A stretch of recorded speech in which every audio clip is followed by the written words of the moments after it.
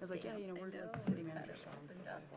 Well, I like that saying that instead of mayor. there was Yeah, a window, it's strength-based, but strong strength. there was only They were about like, a oh, 5-minute they're like, I'm window, gonna use that. and I left 2 minutes into it.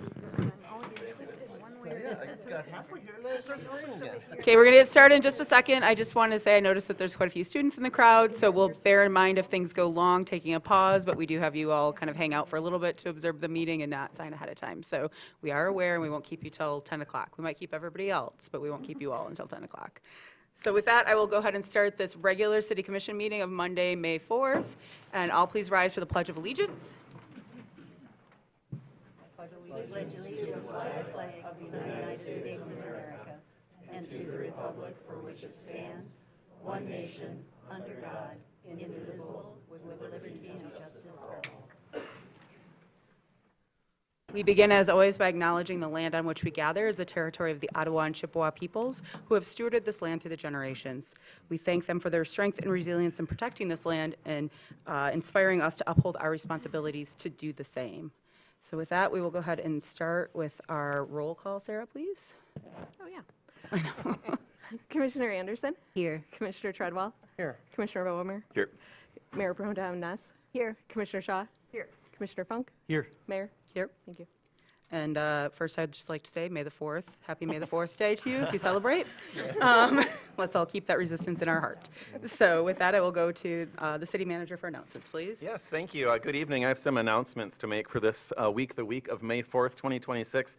I just want to reiterate how excited I am to announce that our new fire chief, Aaron Bunye, will officially begin service next week on May 13th. That's Wednesday, May 13th. A swearing-in ceremony will be held for him that same day, Wednesday, May 13th at 3 p.m. in the commission chambers, and everyone is invited. We also invite the community to an open house to welcome our new fire chief. That'll be on May 28th. May 28th at 4 p.m. to 6 p.m. at Fire Station 1. And we encourage residents and everyone to join us in welcoming this important addition to our team. And I genuinely think Chief Bunye is going to be a fantastic addition. And the city was recently awarded a $100,000 community placemaking grant from Project for Public Spaces. This is to support improvements in the East Side Social District. As part of that initiative, the city is going to host a community placemaking workshop on May 6th. From 6 p.m. to 8 p.m. That's this Wednesday, May 6th, from 6 p.m. to 8 p.m., providing an opportunity for residents, businesses, and stakeholders to help shape a more vibrant, accessible, and welcoming space through that community-driven process. We encourage anyone to attend that, be a part of the conversation, and participants can meet at Common Good Bakery at 1115 East 8th Street. So that's Common Good Bakery on 8th Street, May 6th from 6 to 8 p.m. And more information can be found on the city's website. And I just want to say I'm thrilled that Deputy City Manager Deb Allen is back in the house and she's with us. So welcome back, Deb. We're glad to have her back, and that's all that I have. Thank you. And join in welcoming Deb Allen back as well. And we'll hand it over to Sarah for announcements from the city clerk. Thank you. Meetings scheduled for this week are the Planning Commission will meet Tuesday, May 5th at 6 p.m. here in the Commission Chambers. The Rec Authority will meet on Wednesday, May 6th at 7 p.m. here also in the Commission Chambers. The Coast Guard City Committee will meet on Thursday, May 7th at noon at the Air Station. The Parks and Rec Commission will meet this Thursday, May 7th at 6:30 p.m. here in the Commission Chambers. Thank you very much. And with that, before we start our business, we also have a proclamation. And so if Megan can join me at the stage. There you are. It's toast today. Yeah.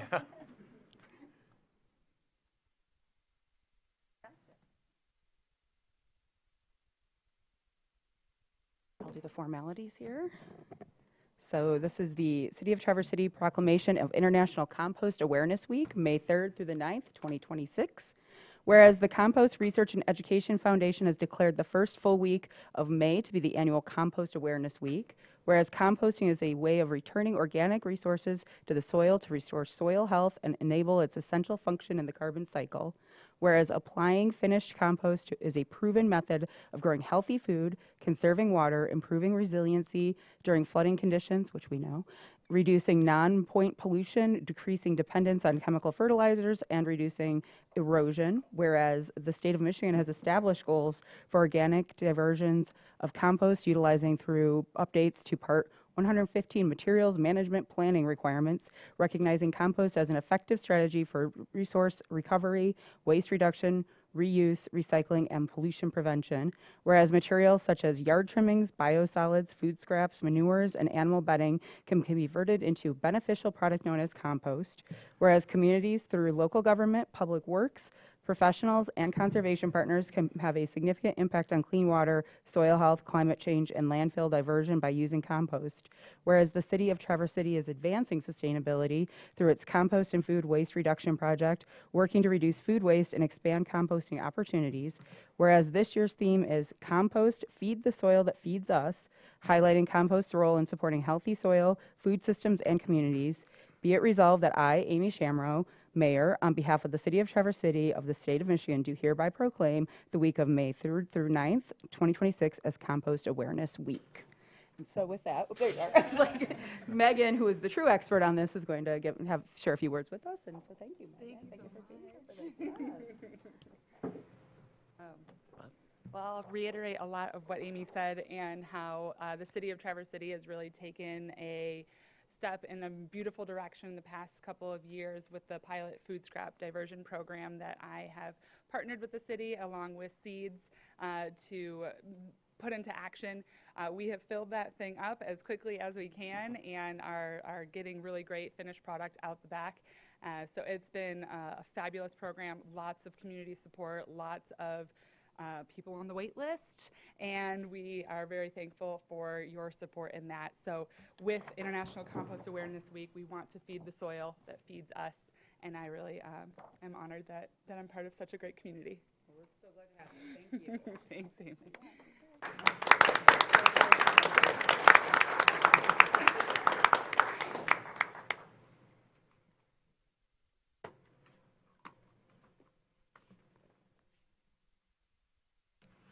It's always nice to celebrate the projects that are happening in the community that are very important, and that when we can occasionally be a part of them, remind us that we're doing some of the right things here. So with that, Sarah, I'm going to have you go ahead with the consent calendar, please. Okay. The purpose of the consent calendar is to expedite business by grouping non-controversial items together to be dealt with by one commission motion without discussion. Any member of the commission, staff, or the public may ask any item on the consent calendar be removed therefrom and placed elsewhere on the agenda for individual consideration by the commission, and such requests will be automatically respected. If an item is not removed from the consent calendar, the action noted in parentheses on the agenda is approved by a single commission action adopting the consent calendar. 1, consideration of approving the minutes of the April 20th, 2026 meeting of the City Commission. Approval recommended. 2, consideration of authorizing the issuance of a new resort liquor license with Class C and SDM privileges with Sunday AM/PM sales, outdoor service area, and dance permits to Mill District Food and Beverage Company, LLC, located at 1032 Woodmere Avenue, and authorizing the city clerk to issue such registration. Adoption and approval recommended. 3, consideration of authorizing the issuance of an additional catering permit to an existing redevelopment liquor license with Class C privileges with Sunday AM/PM sales permit to Umbo Traverse City LLC located at 430 East Front Street, and authorizing city clerk to issue such updated registration. Adoption and approval recommended. 4, consideration of adopting to make permanent a traffic control order for the designated loading zone on the north side of the 300 block of West Front Street. Approval recommended. 5, consideration of authorizing a confirming purchase order for unleaded fuel for city operational use. Approval recommended. 6, consideration of authorizing a blanket purchase order for fuel for resale at the Duncan L. Clinch Marina. Approval recommended. 7, consideration of authorizing a contract for the 2026 preventative maintenance crack ceiling project for the 2026-2027 fiscal year. Approval recommended. 8, consideration of authorizing a 3-year contract for the provision of a school resource officer at Traverse City Central High School. Approval recommended. 9, consideration of enacting an amendment to the Traverse City Code of Ordinances, which would update the stormwater ordinances to meet MS4 permit requirements. Enactment recommended. 10, consideration of adopting a resolution designation of street administrator for Act 51 compliance. Adoption recommended. 11, consideration of authorizing an amendment to the payment in lieu of taxes pilot policy to transfer administration duties to the city assessor. And I think that should actually be, City manager designee. yes, thank you. Instead of city assessor. 12, consideration of approving the fireworks display permit for the Overland Sheepskin Conference on May 21st, 2026. Approval recommended. Thank you, Sarah. Would any commissioner like an item pulled? Heather? I don't want to pull item Sure. 5, but I'd like to make a short comment. Go ahead. Make the comment now? Are there other commissioners? I didn't see other hands go up. Nope, go ahead. Okay, so I looked up that we made a purchase last March 2025 of the same amount of lead-free 887 octane gasoline, 10,000 gallons. It cost $19,784. This year, $29,338. Current events affect everyone. That is very true, and thank you. I know you and Commissioner Treadwell have both pointed that out, and I think it bears repeating whenever we can. So thank you for that. Are there any members of the public that would like to pull any items off the consent calendar? Seeing none, I'll take a motion. I'll make a motion to approve the consent calendar. Second. Okay, I'm going to do Funk, and we'll do Shaw on that one. Okay, all in favor? Aye. Opposed? Motion passes. That's been a while since we've done that. All right, let's move on to old business then. And with that, the discussion of our draft of scope for work for rubric for legal services, as we discussed, our much appreciated attorney, Lauren Tribble-Lout, is moving on to new opportunities, and so we are now figuring out what we want to do next. She has created this based on our lengthy discussion, though of course we have time here to also discuss it more, of what we were kind of looking for an RFP, so I'll let you take that right now, Lauren. Thank you. Sure. So I worked on this with Becky Ewing, her input a bit, and with the current job description and the descriptions for tax tribunal and labor that recently were out for RFP, and included those, and then ran it through all of the staff leadership to make sure that anything that they saw that they wanted as far as services was included in the scope. And then I tailored it to our just general standard RFP so that it would be ready to go out as soon as the commission is ready, which could be tomorrow, if you're ready tonight. And so I thought any questions, comments, changes that you'd like, we can just go through those. And then, I mean, ideally, it would go out this week, I think, so that we'd have time. Like I said before, I think it would be really advantageous to have representation of a firm come and interview, because a lot of what it is fit.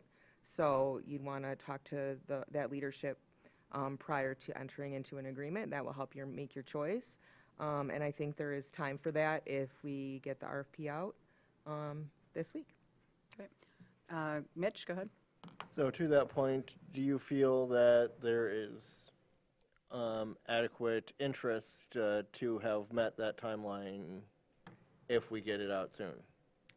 I think so. I mean, we put out the RFP for labor and tax tribunal. I think we gave 2 or 3 weeks to respond, and we got 4 very comprehensive, very good proposals.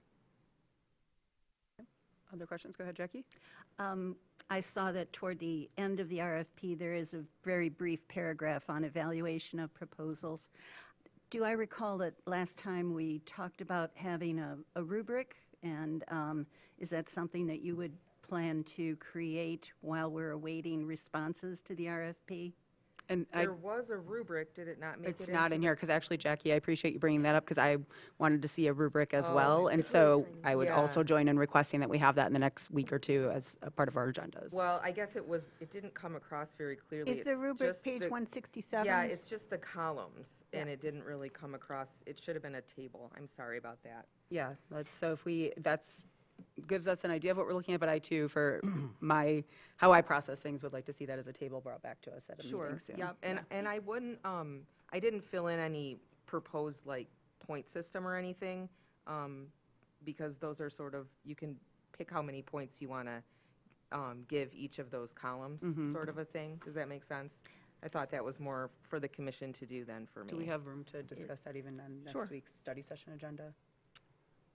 We certainly could. Okay, just Yeah. let's save some time, a little time for that. Go ahead, Jackie, continue. Thank you. And just a related suggestion, when that comes back to us, if we could have a conversation about who will be completing the rubrics and whether we perhaps need some outside subject matter expertise to help us in evaluating the proposals. You know, certainly none of us are skilled legal experts, and I would appreciate having either an attorney or retired judge, someone with some expertise in the area to help us evaluate the proposals. We can certainly have that discussion at the next meeting. I think it is our job to hire, though, the city attorney, so I think that can all be part of the conversation we have at the Great. study session. Go ahead.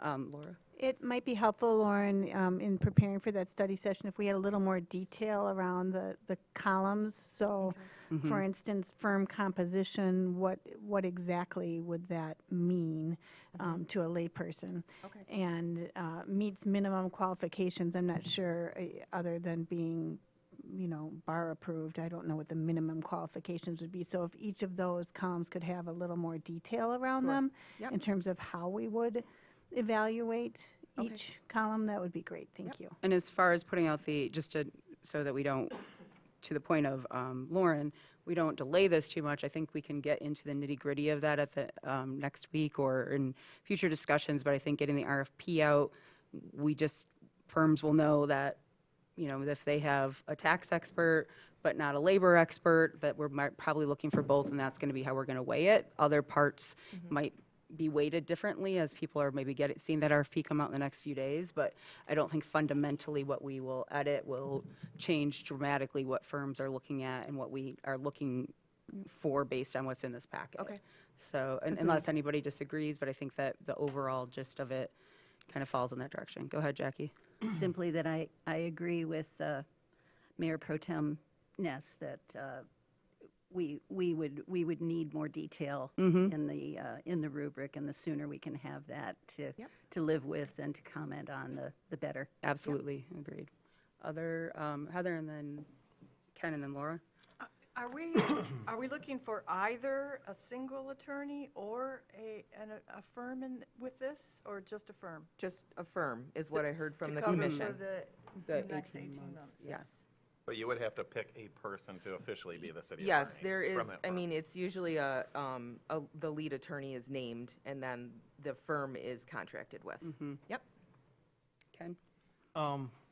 Maybe I missed it as I went through it, but was there anywhere, and is it appropriate, maybe it's because this is something than like a different type of job, are there references that usually come with something like this? Because I mean, not having experience hiring a lawyer in particular, I'm going to look at things like who's worked with this firm before and what have their results, excuse me, been with them, and like what was their experience like? Were they responsive? Were they easy to deal with? Did they make it clear and understanding? Was their pay schedule appropriate, or would you get slapped with a lot of unusual charges that we didn't expect but didn't want to make big waves? So I mean, references are a thing that are kind of important for me. I do support what Commissioner Anderson said about having, you know, somebody that's familiar. Like I weigh my decision heavily on Laura, on yours, but some references I think would be very, References very are helpful. I'm going to lean on those heavily. Yeah, it is in there, and we do have a plan for checking back with those. We'll work with HR as well. Laura, you If we're done with questions, I could make the go motion. right ahead. That the city commission approves the publication of the request for proposal for legal services as included with the official meeting materials for the city commission's May 4th, 2026 regular meeting. Second. Is it Lance? Okay, so Commissioner, or Mayor Pro Tem, and second by Lance Bomer. Okay, any further discussion in general now? We've had some good questions. Okay, seeing none, I'll open this for public comment. Any public comment on this item? Seeing none, I'll bring it back. All in favor? Aye. Opposed? Motion passes. So thank you, Lauren, for your work on that. We'll see the rubric coming up here, and we'll let's try to aim to have it for next week if you need a little bit more time or want to meet it out. That we should can- not be a heavy lift Okay, at all. So, perfect. Thank you so much. So now we'll move on to the discussion of Lot B and the farmer's market. You want to take that, Benjamin? Yes, thank you. So we're at the point for follow-up from the February 9th City Commission study session where this was last presented. This is the Lot B reconstruction and farmers market pavilion project. And we have Harry Burkholder here, who's the Executive Director of the Downtown Development Authority. We also have Parking Services Director Nicole Van Ness, and Zach Cole is here from our engineering department to assist. And if it's okay with you, I'd like to invite Mr. Burkholder to the podium just to provide a very brief overview. This is a substantial project with a high dollar volume or dollar amount. And Harry, if you could provide an overview. Thank you. Yes, this farmers market pavilion and the Lot B reconstruction has been something that the city and the DDA have talked about for quite some time. Actually, the farmers market pavilion was first put forward in 2016. We've gone through several iterative conceptual designs and have settled on this final design that's in your packet. We did review all of the details of the farmers market pavilion and also the parking lot reconstruction effort. And if you've been there, if you were there this Saturday at the market, you saw that parking lot is in dire need of some reconstruction. So we're excited to bring this project forward and happy to answer any questions that you might have regarding the pavilion. And I'll recruit my team to help answer any other questions related to the parking lot. And I actually have a question for, while you're up there, Harry, but also for Ben and anybody from city staff. We talk about these in pieces a lot, and we've kind of had, I think maybe at the DDA meeting, we might have had a conversation about it holistically. Can we just have a brief summary of, I believe the city started this process, what the city's doing, what the DDA is doing with it, where they're combining efforts, and where they're individualized? Just a quick rundown. So whoever wants to take that and tee off, or... Sure. So in terms of let's talk about the farmers market lot itself, Lot B. Again, that was a project that's been in the queue with the Parking Services in the city for quite some time. And so the bulk of the reconstruction effort on Lot B will be funded by Parking Services in the city. The DDA is contributing $110,000 towards the stormwater management component of that reconstruction. And then the DDA is covering the costs of the actual construction of the pavilion, but also the construction management contract with Beckett Rader to do the whole site. So Beckett Rader is doing the entire site, the pavilion and the parking lot. We're paying for those services as well. Okay, other questions? Go ahead, Heather. Yeah, so I was all ready to just approve this, with some disappointment that the lots are not connected. I think that's a big mistake. But I looked at the emails that had come in last week, which I hadn't gotten around to, and I discovered that the zoning that the parking lot B sits in is open space, and that markets are not allowed. It's not an allowed use in open space zoning. And all of our parks, well, not all, 29 out of 32 parks are open space parks. And I think that this must have popped into our residents' mind because tomorrow the Planning Commission is looking at amending the ordinance, the open space ordinance, to allow municipal markets in all of our open space zoning, all of our parks. So I just feel that something's wrong here. If it's not allowed, then how can we fund this project today? I did hear from the city attorney that this was, that the farmers market has been a long-standing use, and therefore it is a legal non-conforming use. But if there isn't a law there, where's the law? How can it be legally non-conforming if there's no law? It's, this started in 1984. Where is the zoning? So three things with it. So the first thing is that a farmer's market is a parkland use, which is evidenced by all of the municipal markets that take place all over the state, probably the country, within city parks. Second of all, the market has been in use at that location since 1984, like you said, so 15 years prior to the current zoning ordinance adoption. So it is a legal non-conforming use. And the reason that the Planning Commission has taken it up is because there was a question about it. And so just to true up that nonconformity and to remove any questions about it, I thought, well, it's a good idea to just put it in there. But I am confident that it is a legal nonconforming use and that it is a parkland use, so it would be allowed anyway. But if there's going to be any confusion about it whatsoever, why not just change it and add municipal markets to the zoning? It really is just a belts and suspenders approach to it. Well, except that you're kind of putting the chicken before the egg, because if we're funding it today, it's going to take at least 2-3 weeks for the planning commission to get through. We've been No. operating the farmer's market for I'm- decades. It's not a chicken before the egg because it currently is legal. And after it is amended, it would be legal. The amendment is not necessarily required. The amendment is meant to remove any question and any confusion from the zoning ordinance. It is a legal nonconforming But you're use saying today. then that because it's zoned open space, but it's also a parking lot, and for that reason? No, it is parkland. Lot B is parkland. Open and- space zoning. It's two things that are similar. It says OS right on. the Right, zoning and map. parkland uses are allowed in OS, and a market, a farmer's market is a parkland use. So it is a parkland use. Whoa, Can I think it's very confusing. I want to pull a thread on that really quick. Yep. And I do see your hand, Jackie, so thank you. You did say in your answer here, too, that that was passed after we were already putting it in use, or it was already in use, too, as a farmer's market. Can you go back to what you were saying with that? Right, so the farmer's market has been a use in that location since 1984. And the zoning was not established until 15 years later. Okay. So that use had been going on for at least 15 years before the zoning was enacted. As noted parkland use within the city of Traverse City. Correct. So if we tried to not do it there, we probably would have gotten sued over change of use for parkland. It's possible. Okay, thank you. Jackie, go ahead.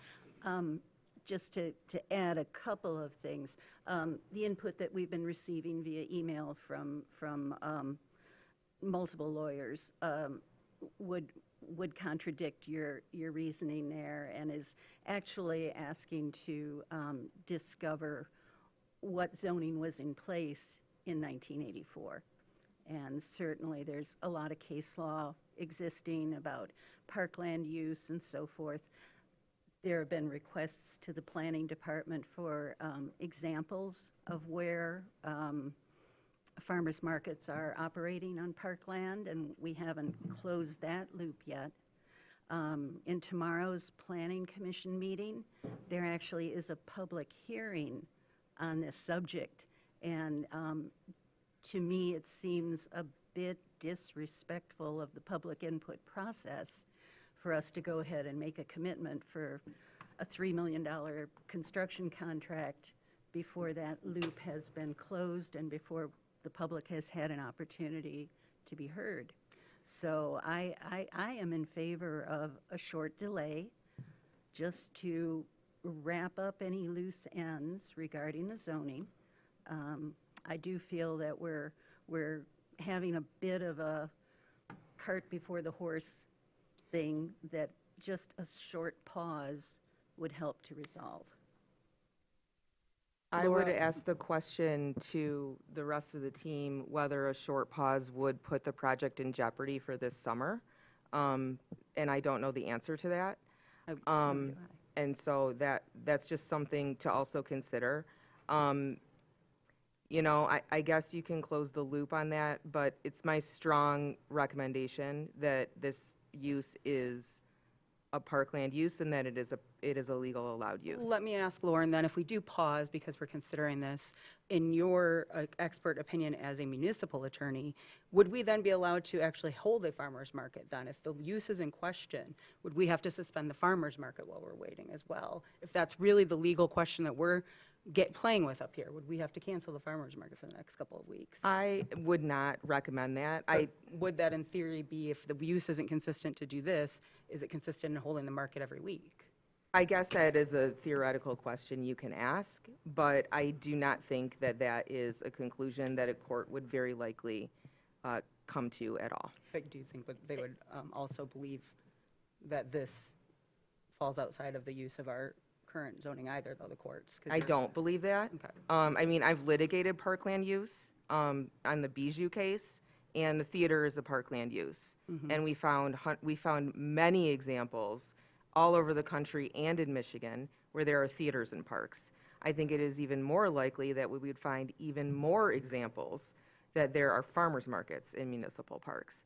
And one other thing I just wanted to say is that there's been some mention of this allowing municipal markets in all of the city's parks, but a municipal market is defined in the ordinance as a publicly owned and operated market, and that would require city either owning and operating the market itself or permitting it. So it's not a situation where it's going to be markets running wild in the parks. So just so everybody knows. So I had Laura, Jackie, Heather, Mitch in order. Go ahead. So it seems a bit late to me to be raising this issue after the multiple iterations, the multiple plans, the multiple boards, the multiple commissions. And according to my notes, this has gone through the Planning Commission.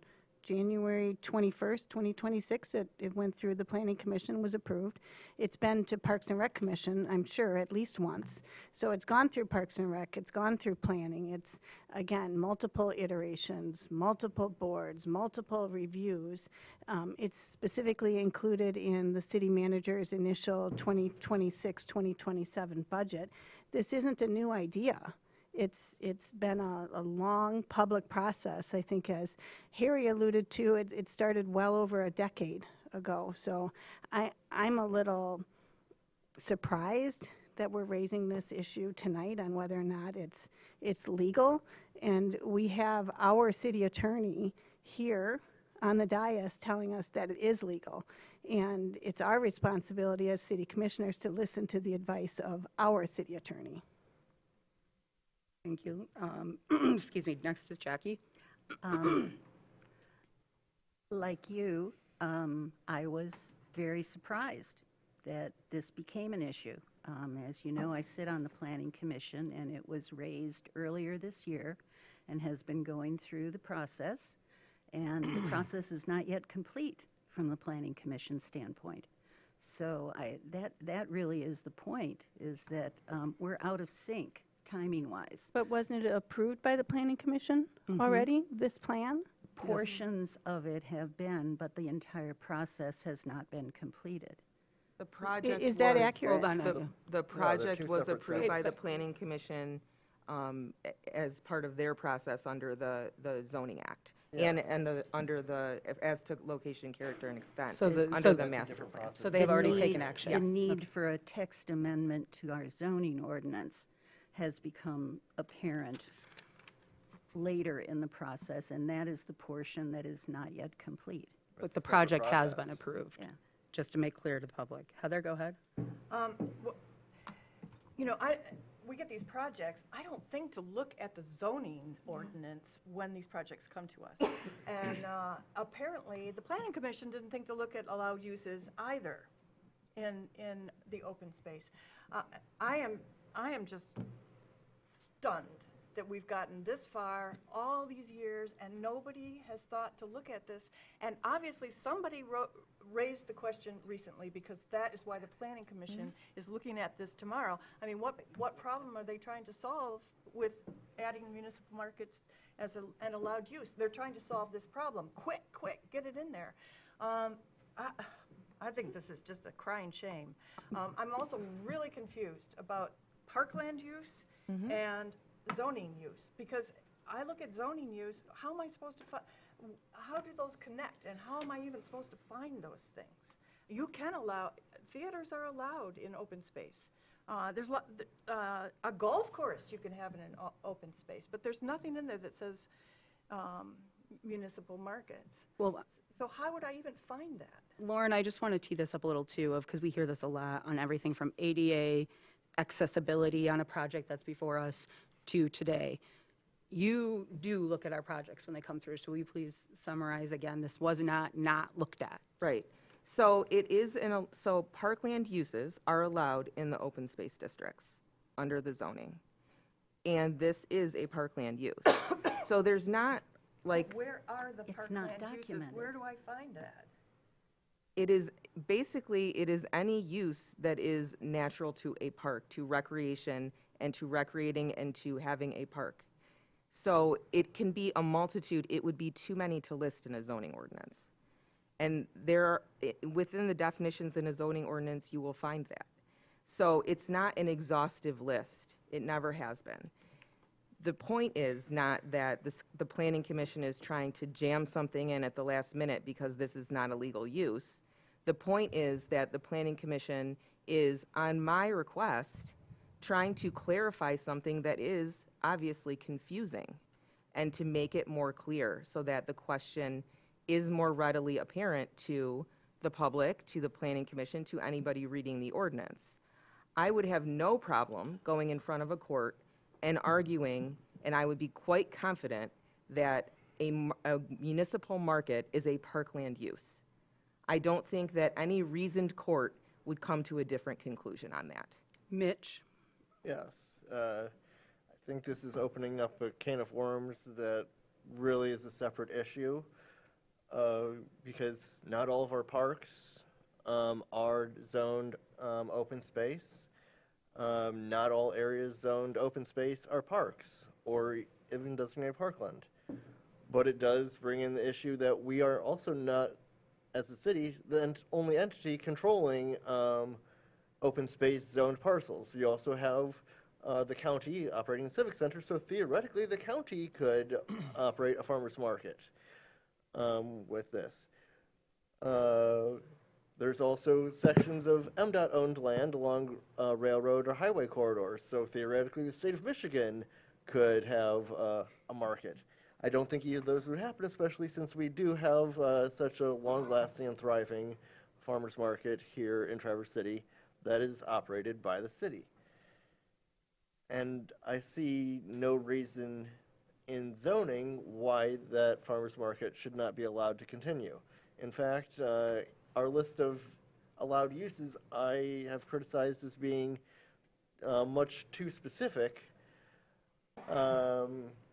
when already, as a public entity, we have broad latitude when it comes to zoning uses in our own publicly owned land. And it is something that furthers the general activities of a park. Similar to, we allow theaters, yes, in the Bijou, but open air theater is something that has happened at Hannah Park. It's something that's happened at the Civic Center. It's happened at other venues throughout open space zoned areas. Really quickly, Harry, just to go back to a question that was asked earlier, and I did see your hand, Jackie, but we've had multiple turns around, so I want to get back to something here real quick. How, if this was delayed, if this is a mere couple of weeks as we're hearing up here, what does that realistically mean for the project and the prices here? Well, just real quick before you answer, I just want it to be clear what the timeline is like, and it's not a couple of weeks. A zoning amendment like this would also have to come before the city commission. So just so you're clear, we're probably talking at least 2 months, just for clarity. For the process, so For the continue process. those. I can't, I would have to talk to the contractor about what that means for a delay. I mean, we anticipated upon approval that we would break ground after the Chariot Festival in July and be wrapped up by the end of October to November. Obviously, any paving as it goes further in November becomes dicey. So, and delay that would then push that into the next fiscal year then would cause a delay to the overall project. Mm-hmm. Thank you. Jackie, you had your hand up. Just back to the issue of where our zoning ordinance stands currently. As I understood it, municipal market is within the list of definitions, but it simply does not appear as a parkland use within the list that as it exists currently. No, Do I that's have not that correct. Oh, The- please, correct me. It does not exist in the OS district, but parkland uses does exist as an allowed use in the OS district. And the question is whether a municipal market is a parkland use. Yes, and I firmly believe that it is. So it is an open space, but in the open space rules, it says parkland rules apply to OS, which is what we have here, which is what you just outlined for us. Where does it say essentially. that? And so I try to let everybody have their conversations. I am a voting member. I'm an elected official here as well. This is a rare time that my frustration is getting to me. We have a municipal attorney expert here, and this plays into my concerns and the conversations that I want to have with us when we start talking about the rubric for selecting who will replace Lauren. It's like a doctor. If I have cancer, I don't go to my general practitioner and I don't go to a podiatrist. I go to an oncologist. And Lauren is our oncologist, for lack of a better term. This is what she has said. We have had this use that predates even the ordinances and things that we are talking about right now. This has been going on for years, as was pointed out by Laura Ness. I know that there are people who don't like the DDA and they don't like TIF spending, and I know that all of this gets dredged up as part of that conversation. This is a huge project that's important to our community. It's important to our farmers. I don't know if other people don't go to the farmers market and talk to our farmers. They're excited about this. They're a little hesitant about another summer going back over to be squeezed into Rotary Square to come back, but they're excited that something's going to happen with this. And we have our legal expert, and I've worked with Lauren for 10 years now. I think we've all heard her speak publicly. She is, if nothing else, extremely conservative when it comes to matters of the city where we might be sued and found liable. And she is sitting here telling us confidently that she believes that she knows that this is how this will all play out and that this is how it all fits together, and that what is happening in the Planning Commission right now is a housekeeping more than it is a legal requirement. And I can't stress that enough, because the farmers market is one of the beautiful things about our city. It is one of the things that makes it special. And as we've just heard from Harry, putting this off for a couple of months means messing up the summer farmers market. It means carrying it into next year. It means hurting the livelihood of our farmers in our community. And those are demonstrable facts that we will see in our community. And I try to be pretty level up here. That's my job as the chair, but I am also an elected official. I am also a lifelong member of this community, and that this is something that is really leading to some frustration with me today, because we do have our expert who is a municipal attorney. The emails I've seen have not come from municipal attorneys, and that is the difference. And I'm not going to do my health based on a podiatrist's opinion on how I should treat my cancer, and I'm not going to do my municipal decisions on an attorney who isn't a municipal attorney expert. And that's where that's my 2 cents on this, because we're all sharing 2 cents. Go ahead, Heather. But this isn't our fault. You know, this was missed everywhere. This has been missed for years now. And all of a sudden, here we are in this place where we're being asked. I don't see anything that says parkland uses. I see parks, I see playgrounds. That does not say parkland uses in Parks. here. This is Parks, yes. It doesn't say parkland uses. It just says parks. Parks. So are you That's a saying, use. Lauren, legally that parks and parkland are interchangeable in the way that you're using the definitions? Yes. Thank you. Ken, go ahead. If we proceed with waiting tonight and putting this in front of planning, and it goes to a public meeting, it's voted on, and it's recommended to the city commission, and it's voted on 2 months later and it's adopted, is anyone going to change the way they're going to vote tonight about waiting that 2 months? Having it, do you think there's a very good likelihood that your vote could change? That's kind of the thought that I have on this. Jackie?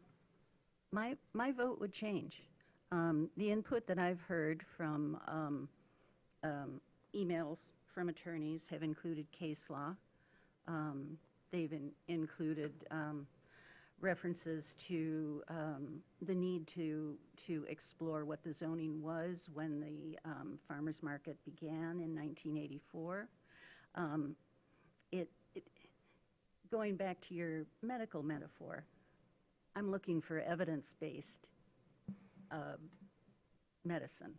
I'm looking for the facts. I'm hoping that in tomorrow's public hearing, we may see some more facts coming up from the public. And I think it's worth learning about that, taking it into consideration, because it could very well change our understanding of the risks inherent in this decision. So yes, based on what I hear at the public hearing, and it's our job to listen to the public, my decision could change. Could or will. Are we on questions or discussion? I guess it's a great point. Yeah, we're trying to do We're on Robert's rules discussion like a right couple now. weeks ago. We And- don't have a motion yet. Oh, we don't have a motion. Thank you. Sorry, I Yeah. thought we did have one. That was my fault. Go ahead, Laura, So if we're going to move to discussion, I can make the motion please. to find it. Let's see. Okay. It's a long one, buckle It is. All right, buckle up, Buttercup. Here we go. I move that the mayor and city clerk be authorized to execute a contract with Elmer's Crane and Dozer, Inc. in the amount not to exceed $3,668,185.67, $3,334,714.24, plus a 10% contingency of $333,471.42 for the construction of the Lot B and Farmers Market Pavilion project, such contract subject as to its substance by the city manager and its form by the city attorney, with funds available in Auto Parking Fund and DDA TIF 97, and further, that the mayor and city clerk be authorized to execute a contract with Beckett and Rader in the amount not to exceed $83,262, $69,385, plus a 20% contingency of $13,877 for the construction management services for the Lot B and Farmers Market Pavilion project, such contract subject as to its substance by the city manager and its form by the city attorney, with funds available in DDA TIF 97 fund, and further, that the mayor and city clerk execute a funding agreement with the Traverse City Downtown Development Authority, articulating that it will provide $2,954,217.68 in funding for the Lot B and Farmers Market Pavilion project, with such agreement subject to approval as to its substance by the city manager and its form by the city attorney. Thank you. And actually, I apologize because Ness and Bomer I had written down and thought you had already made, both had already made the motion. So thank you for making me right in my head, even if I wasn't at the moment. So are we ready for discussion? Yes, we're ready for discussion. Okay, here's Thank my takeaways. Our city attorney has stated confidently that she's confident that there's no legal risk here, and I trust that. This is not a new project. Public discussion dates back to 2016. Some would even say 2012 when Lot B first showed up in the CIP. It's gone through multiple public bodies, the DDA, the Farmers Market Advisory Board, the Planning Commission. Multiple times this issue hasn't been raised. Design Team, Parks and Rec Commission, City Commission, study sessions. This issue hasn't been raised.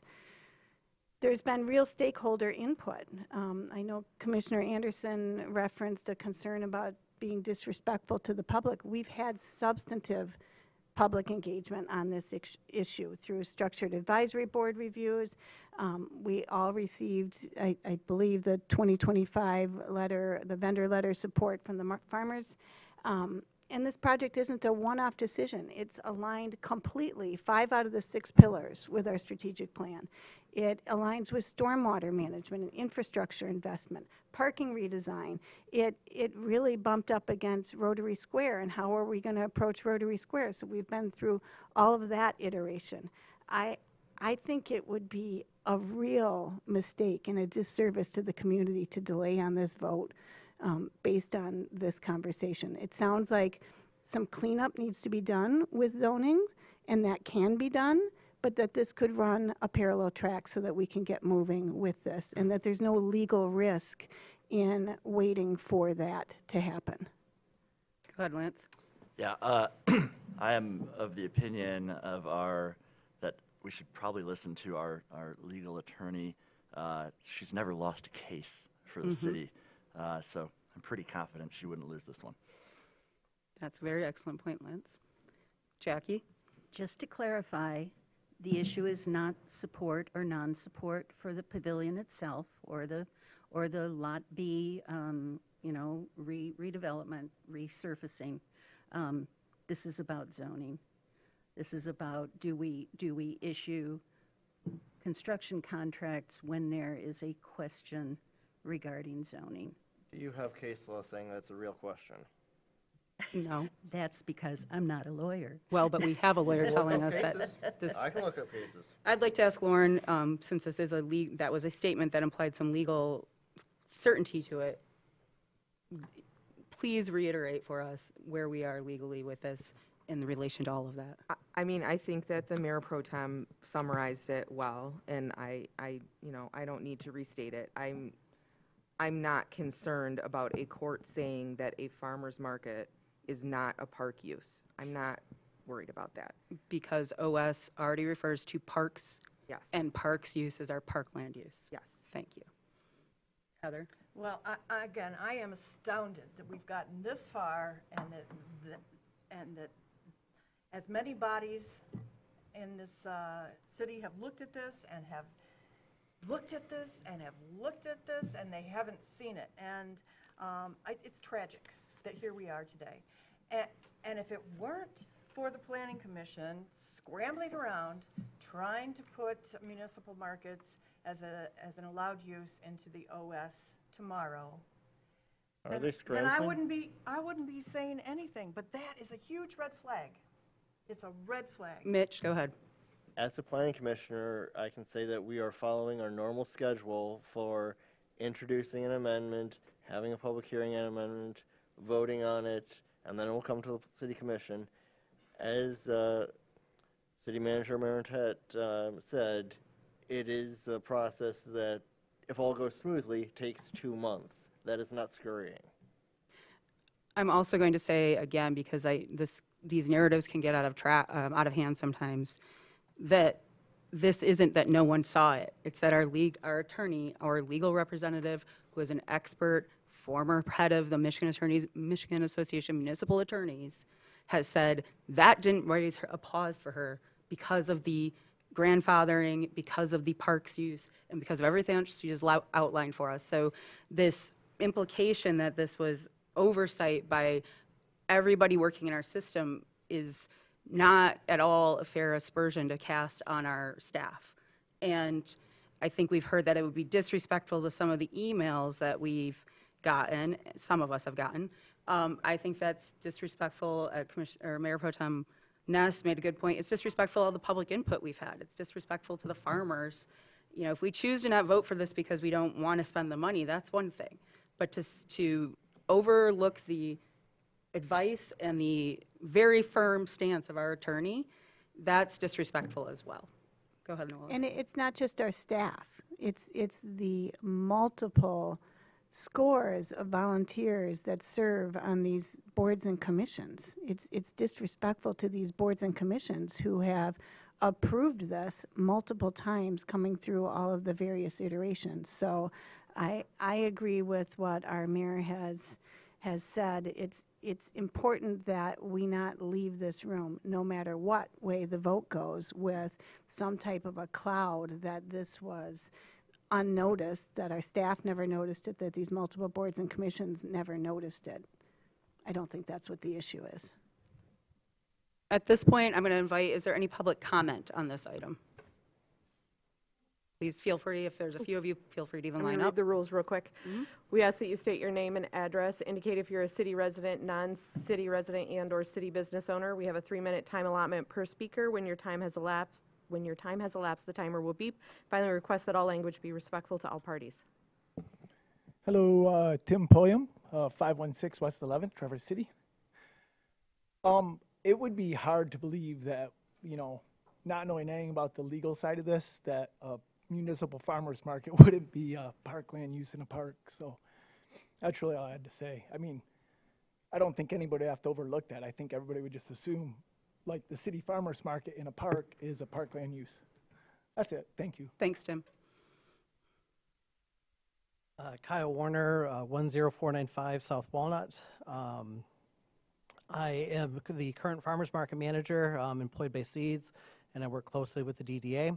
And I also would like to advocate for our farmers and our customers that are there.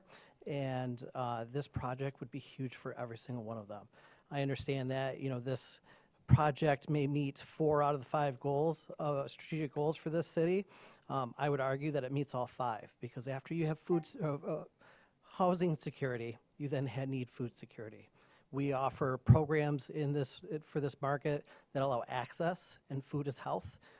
And without this pavilion or not having the ability to have a market would really hurt this city, and to be able to grow it as it continues to grow, as we see 93 current vendors that have been approved, with about another 10 to 15 that are on the back burner that we're waiting for approval.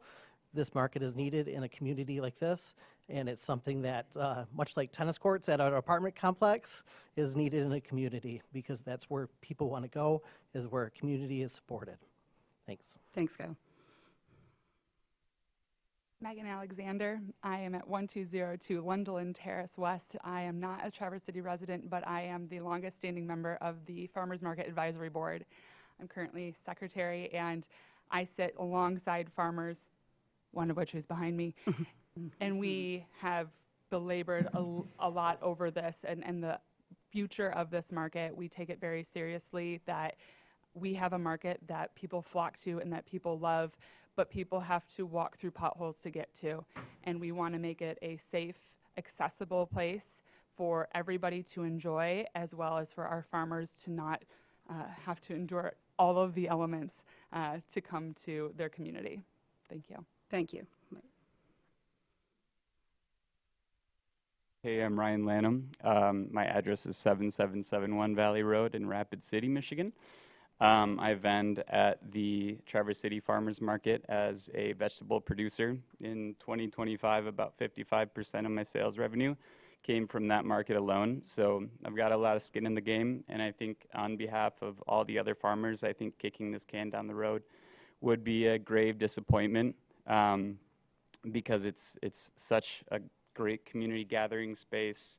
Not only are you buying your weekly vegetables, but you're meeting new people, having great conversations.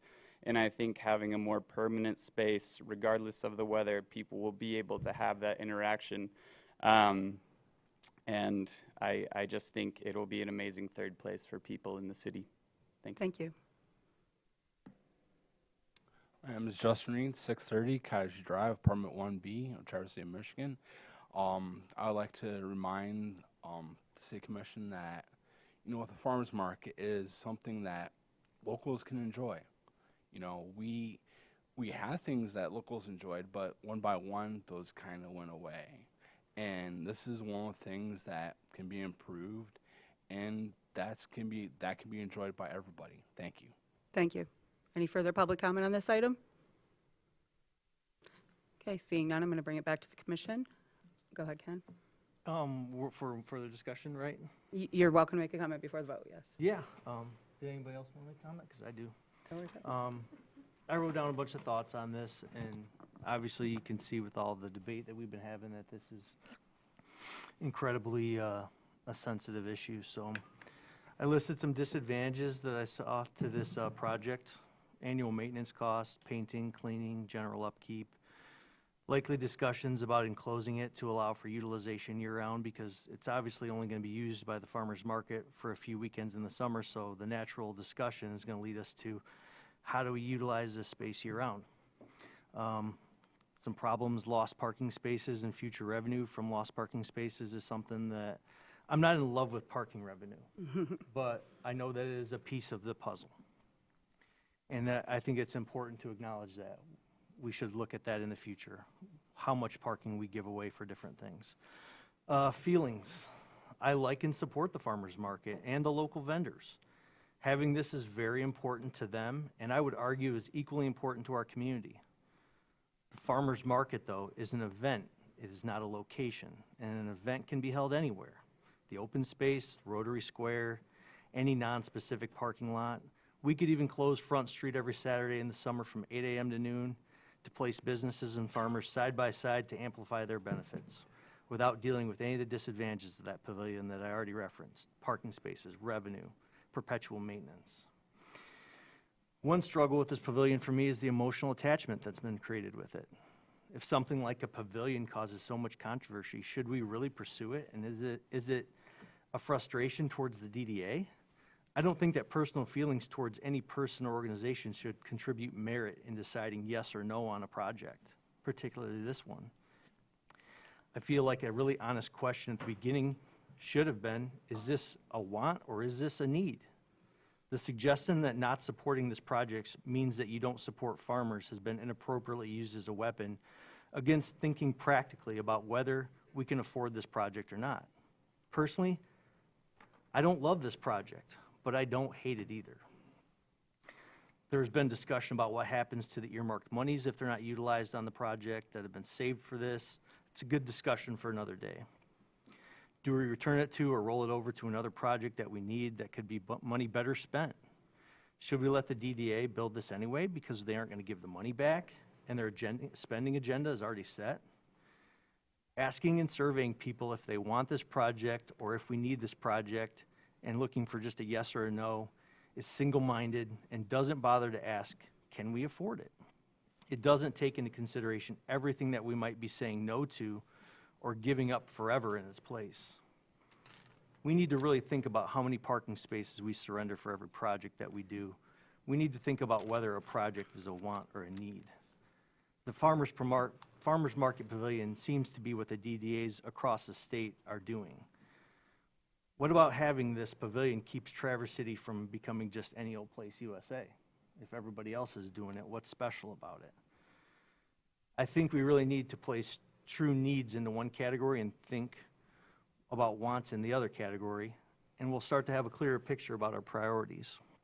All that being said, I'm still up in the air about this project. I could go either way on this. I see benefits, and I saw a lot of cons that I listed off. I'm ready to put this to bed. I don't think that voting to wait on some planning ordinance is appropriate. So that's my shtick on this, so thank you. Well, Ken, let me step ahead, in on a please. couple things here, because as the DDA and as somebody who's been on this, dealing with this for 10 years.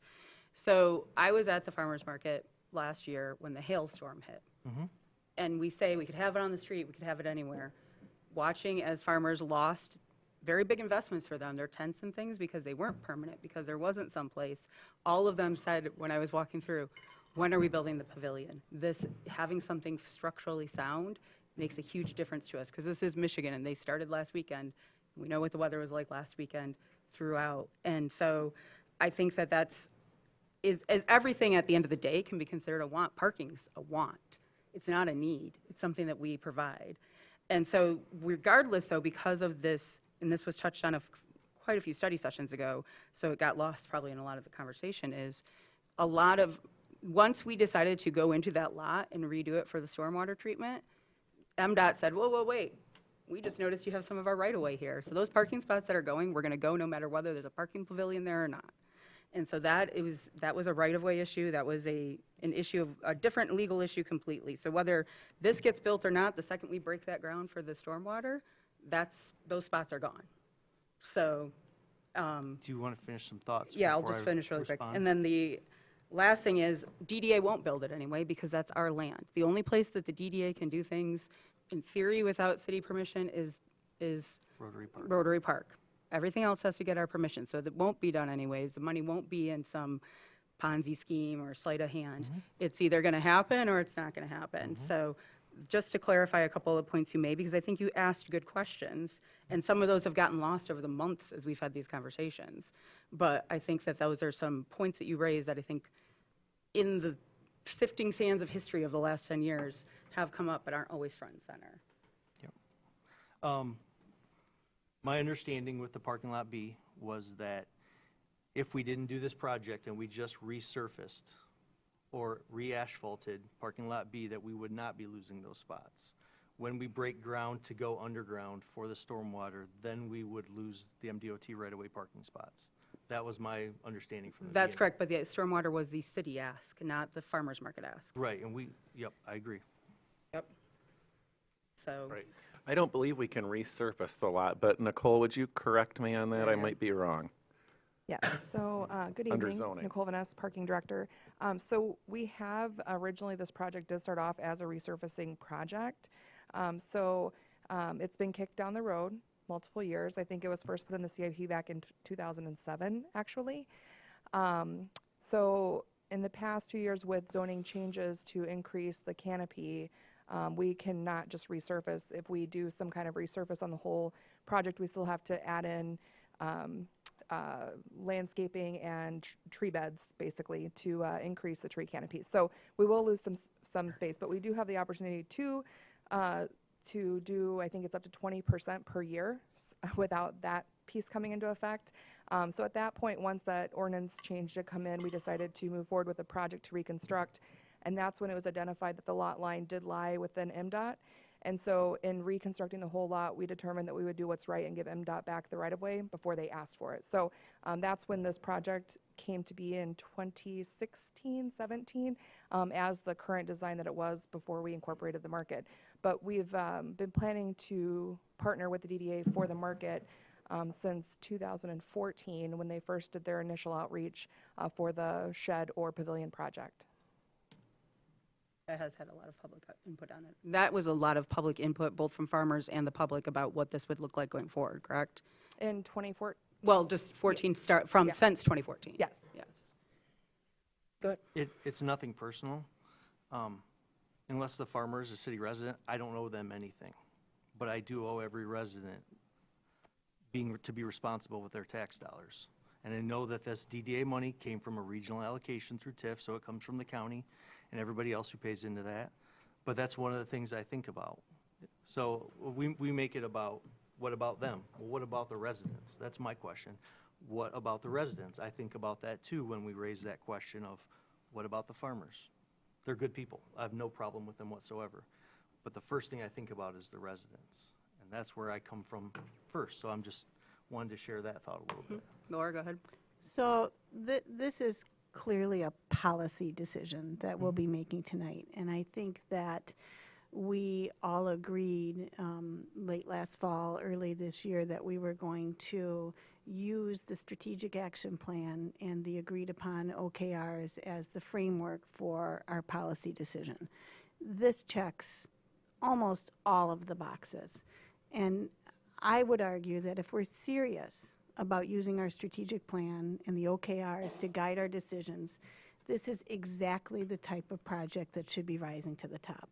It delivers measurable outcomes like infrastructure, $180,000 worth of stormwater management. While that's a small piece of the overall cost, $110,000 of it is going to come from the DDA, and that's regional collaboration. Economic development and community benefit all in one. So here we are. Again, I think we owe it to the community to follow through on the work and the public engagement that's already been done. And honestly, it would be embarrassing to turn our backs on this at this point. Heather? I agree. It's embarrassing. This whole thing is embarrassing. And I totally agree with Mayor Pro Tem Ness that this has department support, city support, public support, strategic action plan support. It hits all the marks, but it has a giant hole in the process. And that hole is the legality of having a farmer's market in the open space. And Are you a lawyer? I think that Mitch, hold on a second. I think that it's not our fault. Here we are at the very end. This is not our fault. And yet I feel that that hole of the lack of clarity, of the legality of having a market in the open space puts the brakes on this. Mitch, go ahead. Yep. Well, if you're raising legal questions, I ask on what legal case law or other basis do you have to raise those questions? We have a lawyer that has weighed in with her professional opinion, and it is our duty to respect that.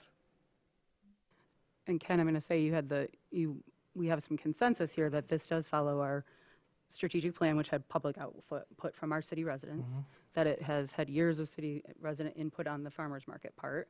The legal part is where there's some division up here today, and we've had our city attorney weigh in and say that's not a concern of hers and that she did check it out and it's okay. So that's where we're at this matrix right now. I'm comfortable with our lawyer's legal opinion on it. I'm not going to hang my decision on that. Right. I will also acknowledge that I'm comfortable voting against my conscience because I know that what I think doesn't represent what everyone thinks all the time, too. That being said.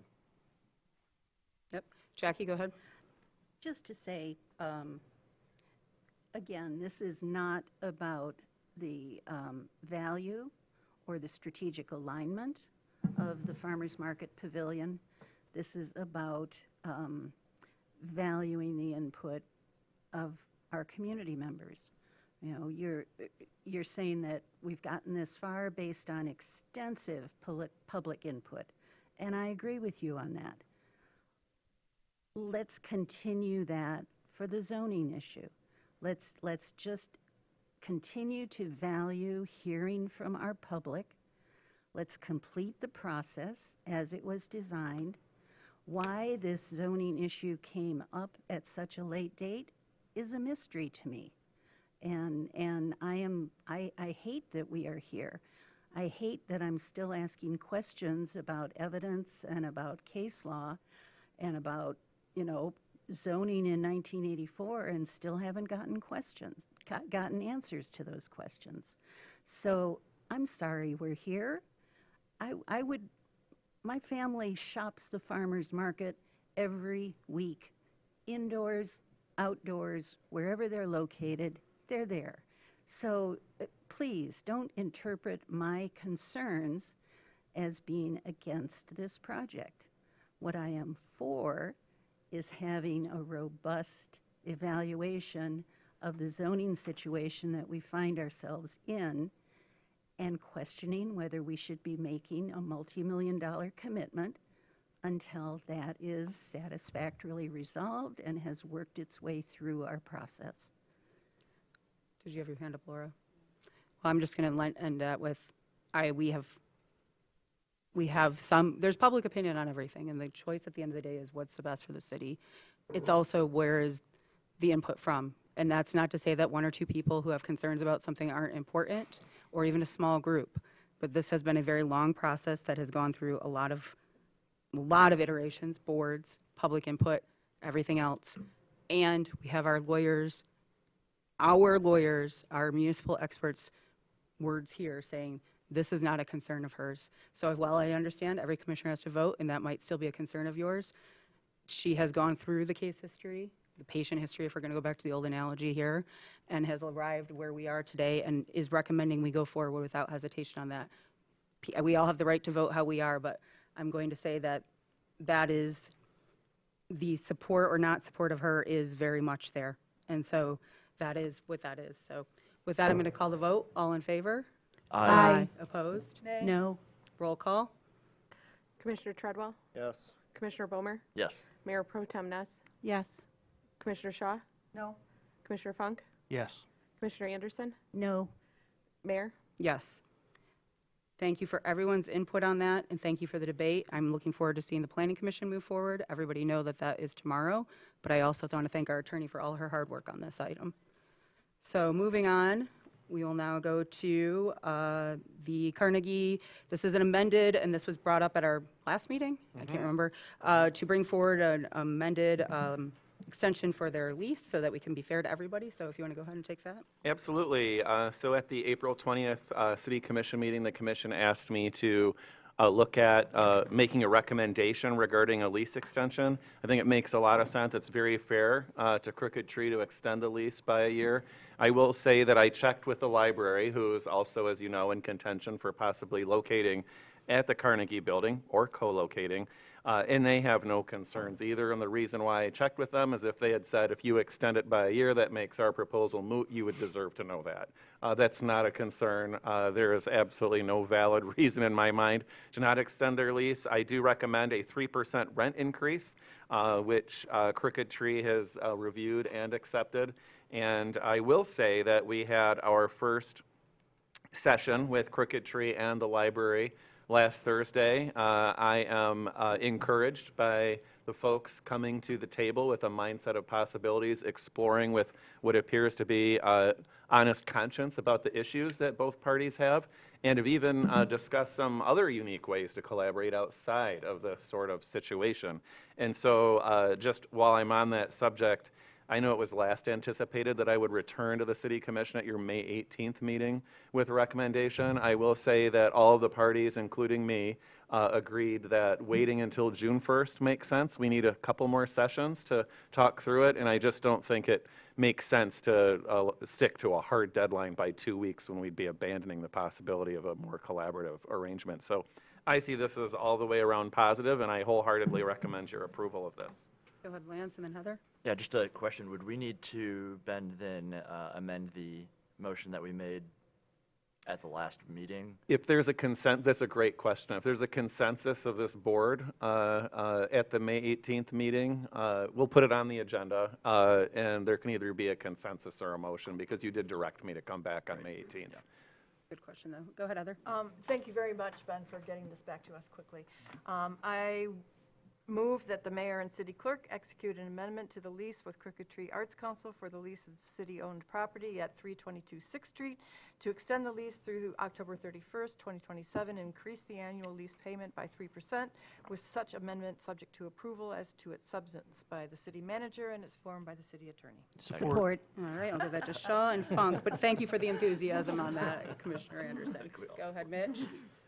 I feel that we are kind of putting ourselves in the same position that we did a year ago, recognizing that we have two visions for this property, and there could be potential ways that they could work together, or that either vision could be executed at some other location in Traverse City or the surrounding area. But a year ago, we found ourselves with a lease due for renewal and another entity with a vision. It was not timely for us to entertain both proposals equally at that point, but we had decided that we were going to draft an RFP, look at how the proposals actually compared, score them, and discuss that in open public meetings. And it took long enough for us to get through that process that now, a year later, we still have not reached any real conclusion on that, aside from kicking the can down the road. Well, I will just jump in and respectfully say that the board did ask me to look at an extension and asked me by majority directive to work with the two parties. I'm doing that in good faith. And there's nothing to say that this lease couldn't be amended. Even before the year is over, if both parties agreed. So that's a possibility too. Yes, and I can be glad that in this case, both parties have agreed to the lease extension as working within the framework that they are playing ball. We thank everyone for that. Any further questions on this or a motion? We have the motion. I can't follow myself tonight. I even circled it 3 times, guys. I'm sorry.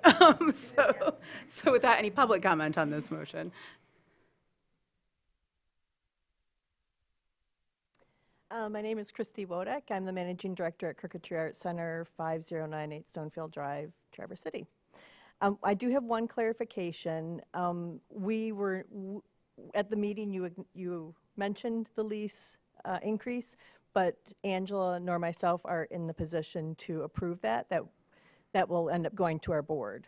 So I just want to be clear on that. Okay, thank you. I do appreciate everybody giving some consideration to this lease extension. I have notes this time because last time I kind of went off the rails, and now I've got new contacts, so I have to put things out further. Considering the lease extension does allow us time to have a thoughtful discussion and conversation about what the future of that building looks like. So this would be helpful to us, and we do appreciate that. It allows us the ability to plan with confidence for the near future. And having the lease extension would give us the opportunity to seek out funding, which I have explained in the past, other meetings. Where we're at right now, we're not able to go out and seek grants and foundation money without knowing our future. So giving us this year extension would be helpful for that. It also strengthens our abilities with our collaborators in town.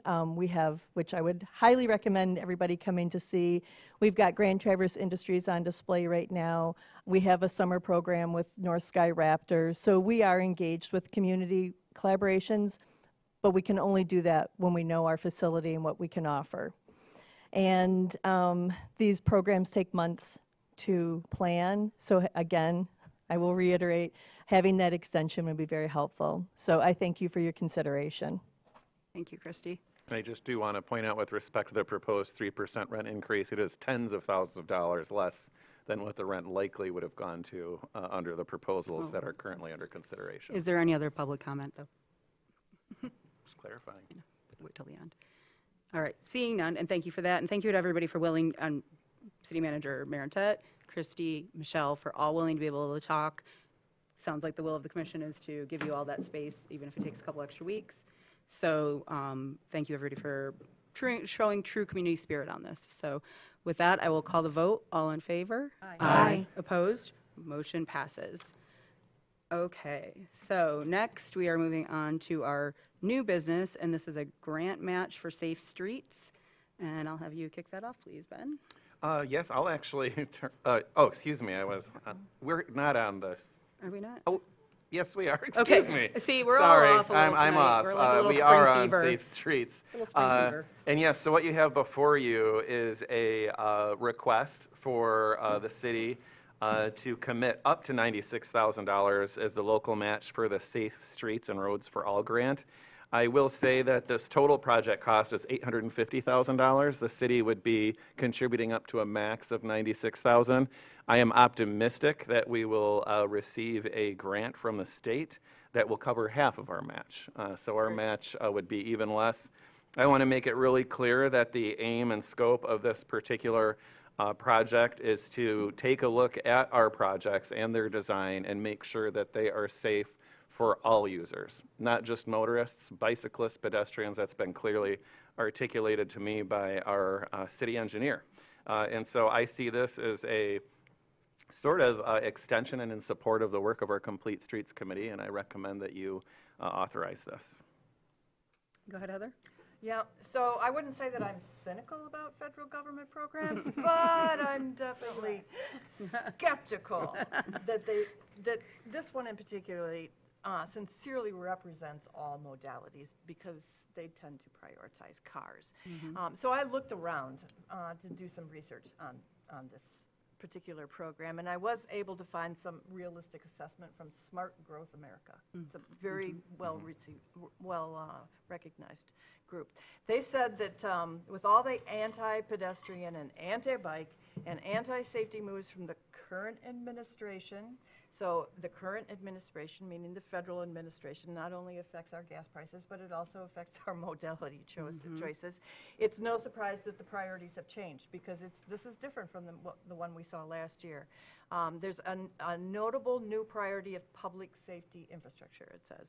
So Smart Growth America recommends that you get letters of support from your public safety partners. That will help a lot. It says one of the less favorable considerations in this is any perception that we would include in our grant draft of taking away space from cars, impeding vehicle flow, or generally harshing on drivers' vibe is not going to be well received. So, if you propose strategies that make roads safer by slowing cars down, be sure to emphasize the safety benefits for everyone on the road. I'm listening to what you're saying. Yep. However, Smart Growth America does recommend just going for it anyway. It says that U.S. DOT is demonstrating once again that it's clearly really not serious about actual safety improvements that will result in fewer deaths and injuries, but the money is there, and if you can make good use of it. Today, also, Strong Towns, I don't know if you look at Strong Towns, they sent out a newsletter this morning reporting that one pedestrian is killed by a vehicle every 72 minutes in the United States. Transportation professionals have built an environment where a person can do everything right. They can cross the crosswalk correctly. They can use a bike lane correctly. They can be very alert and follow the rules, and they can still be killed or injured. Transportation professionals know this. They measure this. They cite the statistics, And then they respond by telling the most at-risk people in that system just to be more careful. Mhm. So I really hope that we can do better here in Traverse City. Yes, I do too. excellent point. Do we have any other questions or a motion? I can make the motion. I move that the city commission authorizes the commitment of the not-to-exceed amount of $96,000 as the local match for the Safe Streets and Roads for All grant. Second. Okay, thank you, Ness and Bomer. And I appreciate that comment, Commissioner Shaw, because I think we are in an era of, I mean, it doesn't take much to Google who we are at the end of the day, but grant writing and how we emphasize might not always sound exactly like what our actual intention is. And it's just one of the fun things that we do. And as you said, the suspiciousness of the federal government. Talk out of both sides of our mouth. Exactly. So I appreciate that comment to lead us off. Any other questions or comments from the commission on this? Seeing none, any public comment on this? Seeing none, I'll bring it back for a vote. All in favor? Aye. Opposed? Motion passes. Good luck to the staff on that, and we always appreciate their help. All right, next we have the discussion on the Con Foster, and I'll let you lead on that, Benjamin. Yes, thank you. I want to first acknowledge the effort and time that both Paper Birch and Parkway Theater put into their proposals. I have, as I had said previously, both at the commission level and media statements, that I was going to take this opportunity to personally review the proposals. Our Parks and Recreation Commission has also reviewed them. You have a summary of their thoughts in your packet. And respectfully, I'm recommending that we not consider the Paper Birch proposal. And the reasoning for that is that their proposal says only individuals 18 plus would be allowed in the facility. And they also have a relatively substantial subscription fee, which in my mind creates an issue with respect to accessibility, more universal accessibility. I don't say that from an ADA standpoint, but making this building within a park available to the greatest number of folks. I appreciate, I genuinely do their concept, but I don't think that it meets, in my mind, though it's ultimately a policy decision of the City Commission, what we would embrace as being in our parks for being available to the maximum number of folks. Paper Birch also did indicate that they essentially desire a 20-year lease through 4 5-year leases. Also a decision of yours, but I just want to highlight that the RFP indicated a desired lease term was for 5 years. In contrast, Parkway Theater's proposal, in my mind, is the one that still could remain under consideration due to its alignment with the Parks and Recreation Commission's vision for flexible multi-use gathering space. They would partner with various local organizations offering diverse programming. The theater demonstrated a stronger potential to activate the space for a broad audience. And I do want to note that if the commission did decide to direct me to authorize or to negotiate an agreement with Parkway Theater, that we will have to do due diligence into their financial feasibility. So that's not been done. I just want to be very clear. And their for-profit structure, I think those things can all be probably resolved through contract negotiations. And if the commission directs me to negotiate, not only will we analyze the financial feasibility, we'll also explore the establishing parameters around sort of that co-leasing arrangement in terms of how they want to sublet the space and make sure it's in alignment with city resources. And that would come back to the commission. So that's really where we're at. Ultimately, the decision is the city commission's. My recommendation is that, and I say it respectfully, that we not consider at this point the Paper Birch proposal, but rather that you consider potentially the Parkway Theater proposal. And so one of the conversations, just to finish real quick, that we had though in this is, obviously we've had, we're learning our RFP process for these buildings. These are newer policies and we've been going through it. So if we're going by the process that we had laid out, both of these proposals were not accepted at a different board's decision. The city manager, as promised, reevaluated and looked through both of them. His opinion is that we have the Parkway Theater proposal is viable, but as mentioned, there are some other things that we would need for it. So we have before us, as I see it, three matters to discuss. We can discuss going directly to the Parkway Theater proposal and determining how we want that to move forward. we could, kind of with this understanding of maybe some shifting or more clarification. I think we've gotten better over from when we created these RFPs to today of being much more specific in our RFPs. We could reopen for a short period, invite Parkway to reapply, invite even Birch Paper, sorry, I forgot. Paper Birch, sorry. Understanding the parameters better, and anyone else in the public. I would also say if we did that, I would emphasize that we would underline in bold that the floor can be reset as part of a proposal. There was some, it was clear in the RFP, but there was some talk out there that that was not an option, and so that was out there too. Or we can, always says always, choose to do nothing. So I think I'd like to hear from everybody on their thoughts about the city manager's memo and what we like to go forward as we're having this discussion. So with that, I'll open up the discussion. Go ahead, Mitch. Yeah, so it's for City Manager Marinette. Unlike the Carnegie Building, where we had two proposals that ultimately scored perfectly on our rubric, here we had two proposals that neither one met the threshold, and you have since reevaluated. Do you feel that the deficiencies in Parkway Theaters can be sufficiently addressed?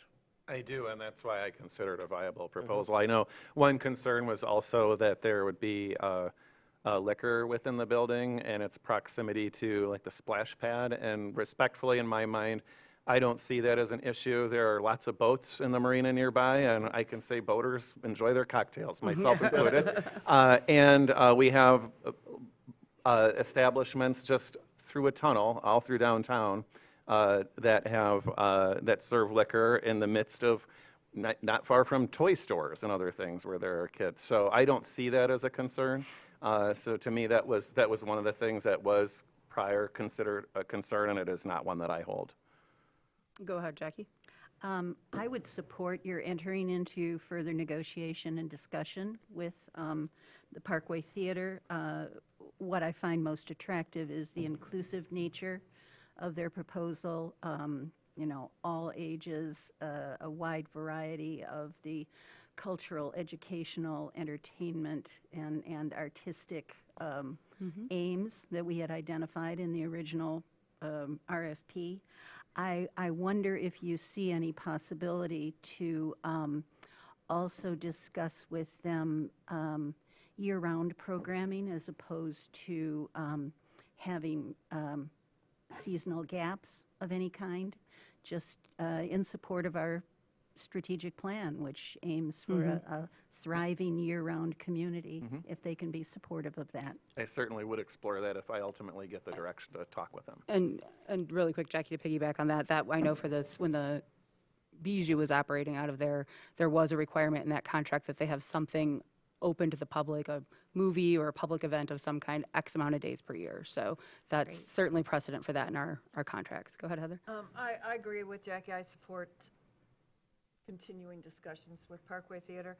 It may align more closely with the uses in an open space park setting.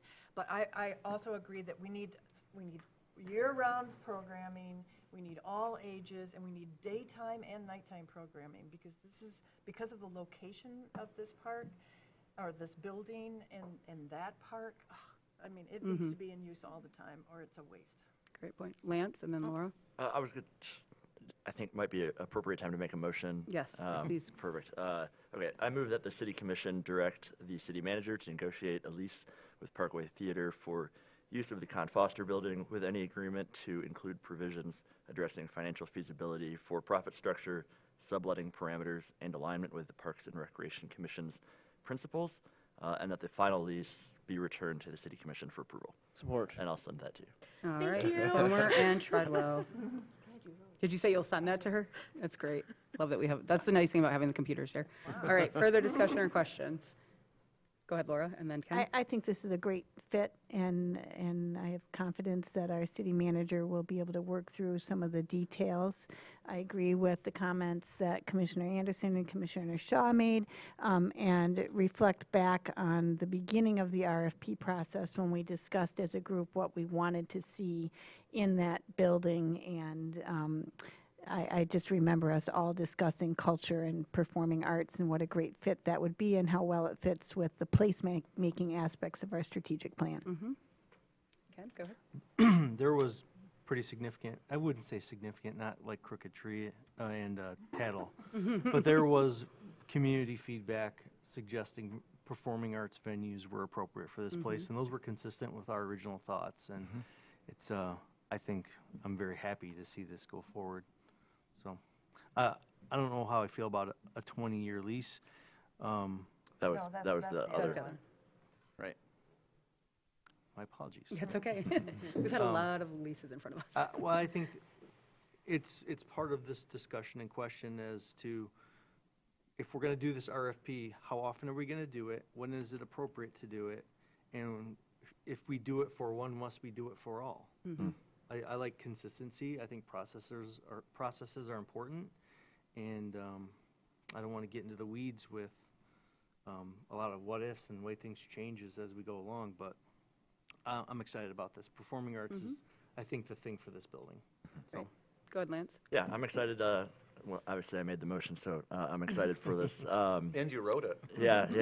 And I wrote, there wasn't one in the Well packet, written. so I had to write one. Art and the arts in this regard, I think, are a significant investment in our community. We have a lot of room for growing that. I love it, and we had a ton of public support, at least via email, or at least I did. I don't know if you guys read all the emails, but there was a lot of support for this use. Great. Any other comments right now? I'll give them a moment, and is there any public comment on this? See you, Brian, go ahead, and others.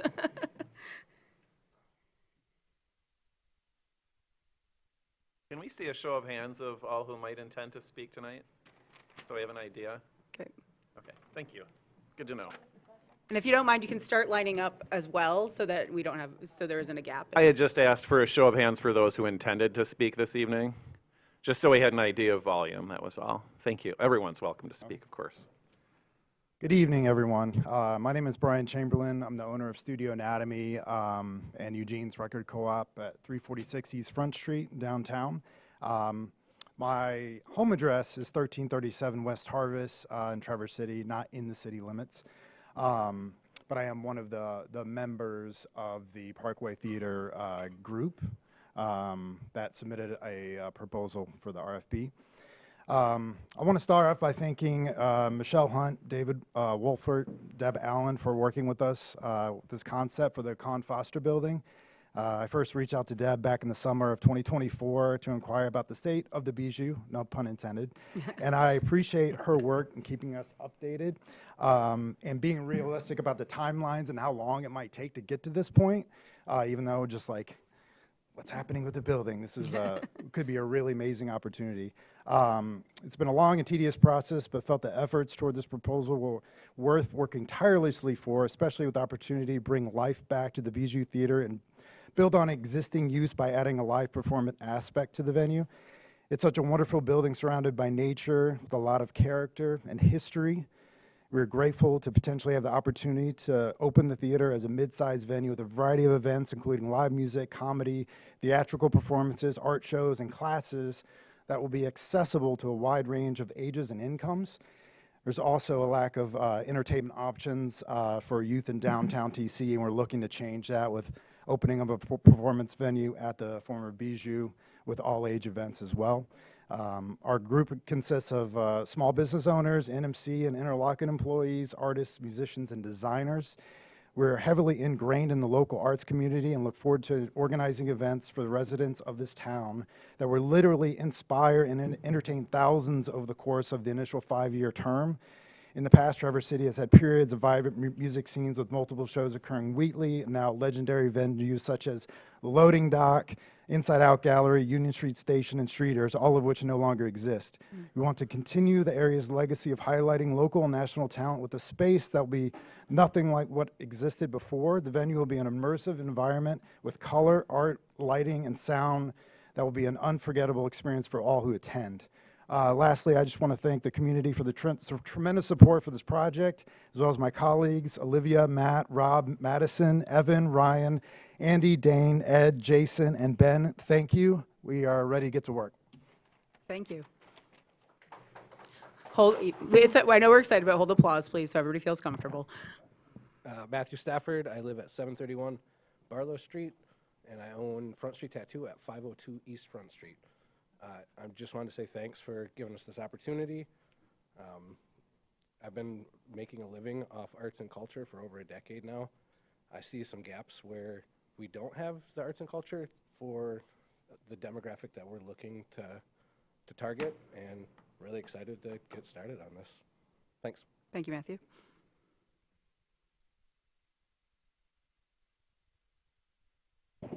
Hi, I'm Josephine Arrowwood Ross. I don't live in Traverse City. I live in 1167 Darga Road, Cedar, Michigan, Leelanau. So we are your neighbors. My adult daughter, Morgan, has lived in Traverse City for 14 years. She's at 231 9th Street with her husband. And they are musicians and artists, and I first came to know Brian through them when he helped support and help them when they were an emerging band quite a few years ago and helped them produce several albums. So I'm just going to read my letter so I can keep it short and to the point. I'm writing to share my support for Brian Chamberlain's proposed Parkway Theater. Mr. Chamberlain's focus is on community engagement and connection through music. His work specifically supports and connects local and regional musician and artist development through concerts, practice studio space, rehearsal, and recording space. And by the way, that is year-round that he does this. Mr. Chamberlain has been a longtime small business owner in Traverse City. In 2012, he opened Studio Anatomy and Eugene's Record Co-op in the Arcade Building. Since 2023, Eugene's has been at the Coin Slot Building. For over 14 years, Mr. Chamberlain has shown commitment, flexibility, and fiscal responsibility in a challenging commercial environment. His business has survived several location moves over the years, as well as the COVID pandemic of 2020 and 2021. He enjoys widespread support and respect from fellow Traverse City businesses, other concert promoters and venue operators, local artists and musicians, and the public. Despite the modest square footage over at Eugene's, Chamberlain regularly hosts live events including local and regional bands, comedy, improv, and art shows. His recording studio has also supported and helped to develop many emerging musicians. There's a strong need in Traverse City and the northern Michigan region for a committed performance space for audiences of varying ages with affordable, accessible price points in the city center. Locals and visitors alike will be able to take in a music or comedy show or participate in youth thespian endeavors such as Full Tilt or spoken word performances like Hearsay and poetry slams.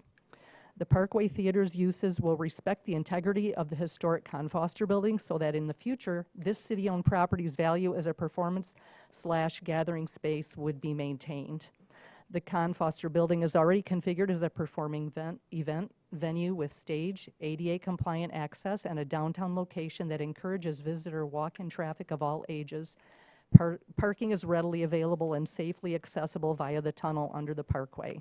In conclusion, my husband and I, Jeff Ross, he's over there, feel that Parkway Theater aligns very well with the missions of Parks and Rec and is a great fit for this larger community. Thank you. Thank you, Josephine. Actually, Ms. Lutz, if you would, thank you very much. Thank you. Hi there, my name's, excuse me, Jason Lawrence. I reside at 920 Lincoln Street here in Traverse City. And I just want to say that I have known and collaborated with Brian Chamberlain for almost 15 years now on a wide variety of different artistic projects. And I can't think of a more ethical and determined person to spearhead this Parkway Theater project. I'm also a downtown employee, and I'm really looking forward to the economic impact of having events and shows in that space spilling out into the rest of downtown. And I think this is a wonderful use of our city's resources. Thank you. Thank you. Good evening. My name is Matthew Morgan. I live at 3527 East Mill Road in Grawn, Michigan. And I just wanted to, voice my support for this project. Traverse City and just northern Michigan is a hotbed of, the arts. So any opportunity to expand the scope that is not necessarily covered by other venues. We have a outstanding lineup at Cherry Fest every year. We have options at the Alluvion. We have arts at the Playhouse and at the Opera House. And I think this is an incredible opportunity to turn the Bijou into another one of those incredible spaces for our town. And I just hope the Bijou can shine again. Thank you. Thank you, Matthew. Adam Naimanowski. I live at 241 East 9th Street in Traverse City. As the father of a teenager, daughter, 15, who feels like she doesn't fit in sometimes, I can tell you that when we show up at Eugene's for an event there are scores of people around that feel like so inclusive and so respected of everyone coming in there. And it's a space that I think is very, very important, where some teenagers are forced to go to school. They're forced to, do all the chores at home and things, but then they could have this outlet, and that's available to them, and that is just a great, great space for that. So that's all I have to say. Thank you. Thank you, Adam. I'm Ryder Campbell. I live at 8742 Red Pine Drive in Lake Ann. I just want to voice my support for the Parkway Theater, and I feel it'd be a very beneficial to the community. And I've seen firsthand how kids my age get in trouble, and I feel if they had something they could do and a place they could go and gather together, that it would help prevent some of the trouble they get into. And I just think it would be very beneficial to the community.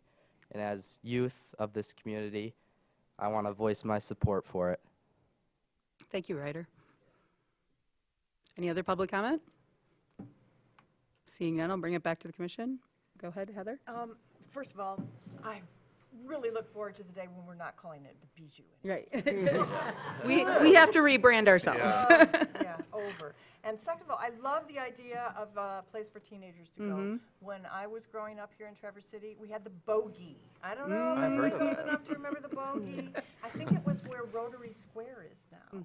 And that's all of us middle schoolers. We went to the Bogey and we danced, and we had bands come and play, and there were hamburgers, and teachers from the middle school, it was called the junior high then, would come and supervise us. And it was a great place, and I think that's really something missing from our towns, the offerings in Traverse City. I agree, Commissioner Shaw. We used to do an Adopt the Commissioner program, which I hope we bring back.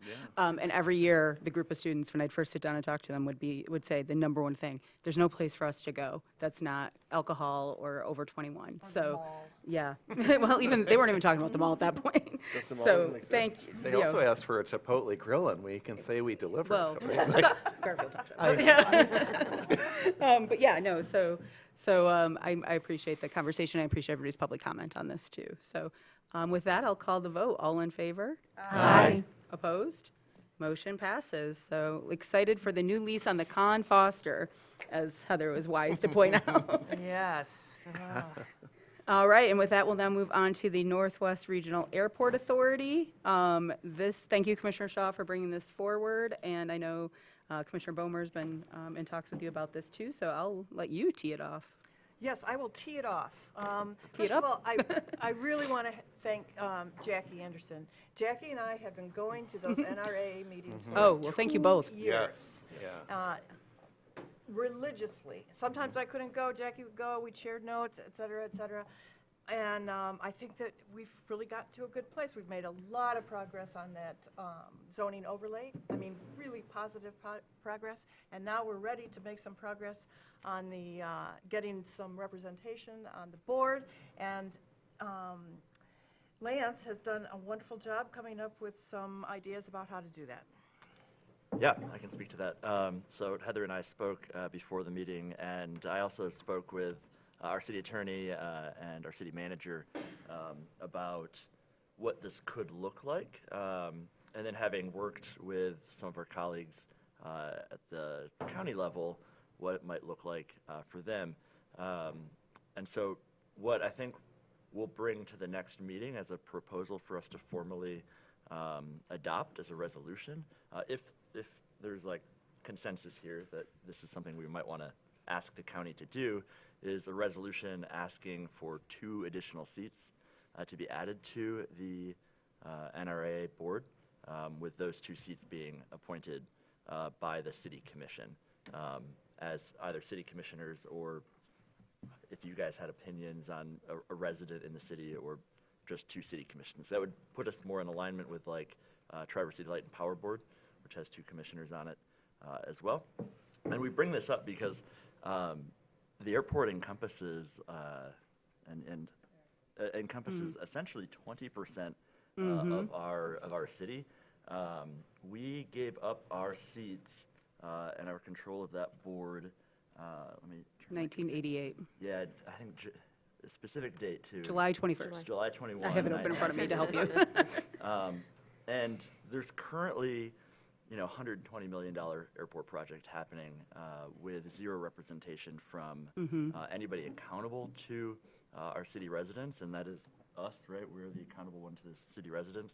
Now there is one city resident who sits on the board, but they're not accountable necessarily to the voters, right? So that's why we bring this up. We think now is the right time, and instead of doing this through like attrition, which is one way you could do this, the NRA and the county could essentially add these 2 seats now instead of having to wait for attrition to happen. How many seats are there currently? There's currently 9. Okay, so that would still give an odd number, which is great. Yep, it would give an odd number. It is the state's 3rd busiest airport outside of Detroit and Grand Rapids. So an 11, if you look at the numbers, right, an 11-person board, while that might take up a little extra time, being such a larger board, I think 11 is a good number because you have so much involvement there. And it is the 3rd largest. Yeah. Yeah, third largest and 3rd busiest airport in the state.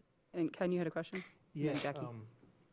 Heather, you were at that most recent meeting with me. The neighborhood meeting? Yeah, and one of the things that was mentioned from airport representation was that that board cannot consist of more than 45% of elected officials. Does that sound familiar? That was a comment that was made. I guess I would want to clear that with our Because there attorney. are elected members of that, there are members of that board that are elected peoples, and then there are appointed peoples that are not elected. And that was one of the reasons that we needed a city resident who was not an elected person. If we add 2 seats of elected city people, I think there's an issue with the percentage of the board that is then becomes elected persons. So we're completely appropriate, I think, asking. Yeah. We'll have Lauren check that out. That'd be and We'll look at that, but also I think as you teed it up as appointed by the commission, if it's not, if the seats aren't designated as commissioners, but they're appointed and they happen to be commissioners, that may make a difference as well. So I think we need to sort of maybe split that hair a little bit. Sure. Yeah, and when I was writing a resolution, I did look into which law was it? The MCL 259.108, which is essentially the Airport Authority Act, and how those boards can be made up. And so yeah, I want to keep this to us kind of putting out what we'd like to see and what we want, and have Lauren look it up because we're going to tackle it again next week. So let's all keep. I love everybody's ideas going. Go ahead, Jackie, and then I had Mitch. Just I would be very much in favor of being represented by 2 people, expanding the size of the NRAA board to 11. I would be very grateful if one of the Traverse City representatives could be a city resident, so that the citizen perspective is represented, and even if it was possible to include someone who has the perspective of being a near neighbor to the airport and has that lived experience, I think that would be a really valuable perspective that doesn't exist on the NRAA board necessarily right now. Mitch? Yes, the issue of accountability, both for the airport board being accountable to the community and us as elected officials holding them accountable, has been a long-standing issue, going back to when we gave it up, but also the county has faced this as well. Our current state rep, Betsy Kofia, served a couple terms as a county commissioner, and much of that time was spent trying to get the airport board at that time more accountable. and it raised the issue of the need for better representation on that board and a voice for people, specifically, as Commissioner Anderson said, that live close to the airport, notably in the flyways. Town and Country along Barlow is outside the city, but they had half of their trees and other landscaping clear cut. And while all those property owners did receive compensation, it was a forested, verdant neighborhood, and now it is quite stark where the airport drew the line. And so I would, just to add my 2 cents, I would agree with Jackie's suggestion. We have a city resident on the board right now. That is at the will of the county, though. It's not a guaranteed. And so I would like to see us have one elected and one citizen as well. I think we could hammer out if we wanted to what that nearness to the airport is. But I think that's a good suggestion as well. Go ahead, Heather. Yeah, just, we are told over and over again that the city is represented by a city resident, but that is Dan Jankoff, who actually owns the Aviation Learning Center at the airport. $1.5 million property bordering the airport. It's all about reviving interest in general aviation. So, in fact, this is not the kind of representation the city is looking for. It's more like an airport representation. So, we need to be careful about that. Go ahead, Laura. So first of all, I'd like to thank Jackie and Lance and Heather for their work on this issue. It is an important issue. We get a lot of communication from city residents on the airport. I'm in favor of this request for 3 reasons. First, the city's voice matters, and the airport represents 18.77% of total city land and directly impacts city residents from whether it's noise, traffic, land use, environmental effects, quality of life. We hear consistent concerns from residents about expansion and zoning and easements and trees and neighborhood impacts, and the city really needs to be at the table for these types of decisions. Number 2 is I think it will help us to be proactive versus reactive. Given the pace of the current airport activity, we can't really afford to be reactive after the fact, after these decisions are made, and representation on the board will help us to engage early and more consistently.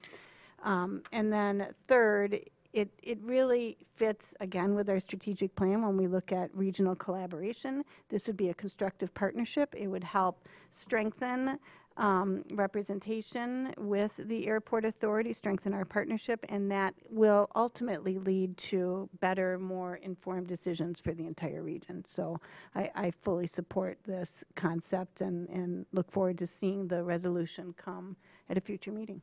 Great. Ken, did you want to put your hand up? Yeah, is it our intent with this proposal to only propose this to Grand Traverse County? The Grand Traverse County Board? Well, the way versus the way I've written kind versus of the proposing this resolution. to Leland? Yeah, the way I've written the resolution, it would direct essentially the city manager and the city attorney to work with both Leelanau and Grand Traverse County, because they both in the interlocal agreement, they kind of have to sign off on this.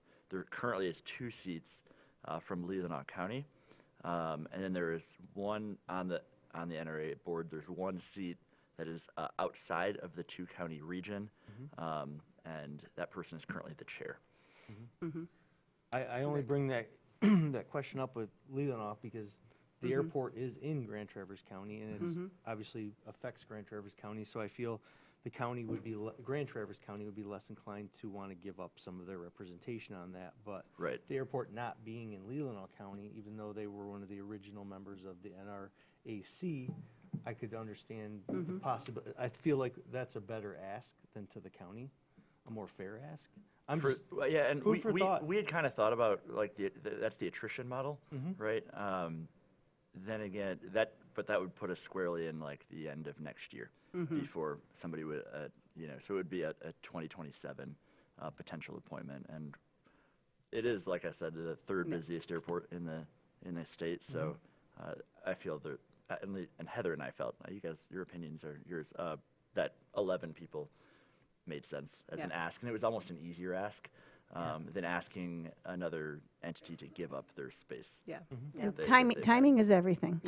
I don't And disagree. Ask for I the don't moon. disagree. Ask for the moon, you may only get a piece of apple pie, but Not even the I'm stars, just I'm apple pie. I like that. Totally fine. I think all the thought processes and the questions and everything that we've talked about on this is appropriate. I think it's a very appropriate ask. This was 38 years ago that we kind of left our seat at this table, and the world has changed since then. Mhm. So just like the world was different then, it's different now, and it's not inappropriate for this ask. And I don't think that it should be simply turned down due to the fact that you left your seat at this table. Mhm. That Right. 38 years ago, different Mhm. world. This is a new I time. wasn't even born. Yeah, it's a fair ask. It's totally Very fine and different world for appropriate. you. So I love the way this is going, and I Yes. support this. Yeah, I'm with you guys. Wish we hadn't lost that, they're giving up that seat, but I think it's very fair for us to ask for that representation back. And So- hopefully that'll be agreeable. In terms of process, we don't have a motion tonight. This No. is just discussion, and then we're going to have something guys will bring it brought back Yep, and I'll- and to I- vote on. And I think Heather and I will bring a resolution to the meeting on the 18th, but that resolution will be vetted by staff first, just to make sure that everything is legal. Perfect. Yeah. Great. Well, we thank you, all three of you, for your work on it over the years now, and hope that it falls on positive ears at the county. But, we have historical precedents with us, so that's great to hear. So, all right. Well, thank you, everybody, with that. Look forward to that coming back to us. And now we have just the introduction. Don't worry about full discussion. Oh, I see a hand go up, actually, sorry. There's no motion, but if we want to have some public comment, because we are drafting the resolution, we'll go ahead and allow for some public comment here if you would like on the airport issue. Go right ahead. In just a moment. We actually only have We're getting about there. 10 more minutes of business left, Yeah, actually. right. So I know it looks like there's two other items. This next one's real quick, so I promise. Hi, my name is Carrie Noga, and I am a resident at 442 Hamilton Street. I am also the president of the Oakwood Triangle Neighborhood Association, which is just to the north of Cherry Capital. We are Zone 3 of the zoning overlay plan, and I personally do live in the flight path of the north-south runway. I'm glad I heard everything I just did. I'm sorry that the seat was given up back in '88 as well, but the issues with the airport and particularly potential tree trimming in Oakwood Cemetery, which is a city-owned property, and the airport has made clear that they need to deal with the city in regards to Oakwood, I think would only be facilitated by official representation. I agree about asking for at least two on there, and I personally do like the idea of both being elected officials for that accountability factor, but representation of any sort would definitely be an improvement going forward. And so I look forward to seeing that resolution passed, and thanks very much. Thank you. If there's public comment, please line up at the podium, just like other issues here. Go ahead. My name is Tom Berklant, and I'm a resident of the Oakwood Triangle neighborhood. I live at 634 Woodland Drive. And what I wanted to speak to tonight was regarding the trees in our cemetery there. I had found out that Just really quickly, the motion and the discussion point is about the resolution. So Okay. if we can kind of push it more towards that representation and the resolution, we're going to have other things come before us in the future. So Okay. just kind of keeping it on the topic that's on the agenda tonight, please. okay, can I at least talk about my concern with some of the trees that I found out? It's not an issue before us right now. So if you want to talk about the representation and how that what you're looking forward to as part of that, please do. Otherwise, when that is an issue, we can have that. Or you can speak at general public comment at the end. Okay. Okay. I'll speak at general comment Okay, at the end. thank then. you. Thank you. Any other comments on this? Okay, well, thank you for that shared opinion from Triangle Network and adding that to our resolution considerations and conversations. So now we'll go to the proposed budget. Again, this is just teeing it up for us. We will not have any kind of discussion right now, but please Right, do. yeah, thank you.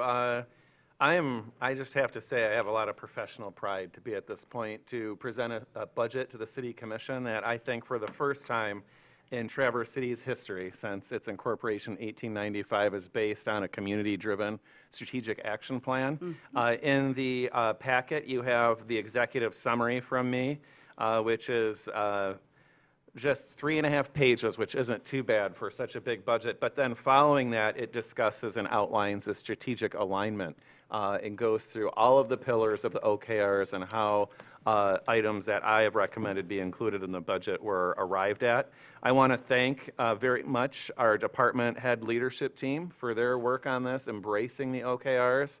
I want to specifically thank Colleen Pavelio, our Director of Communications and Strategic Initiatives, for her work on driving that. And I want to thank Christine Bosley, our Human Resources Director, Heidi Sheppy, our Finance Director and City Treasurer, as well as Brian Postma, who almost no one sees, but he's our financial analyst, and he is a guru behind the city's budget and a very bright professional accountant.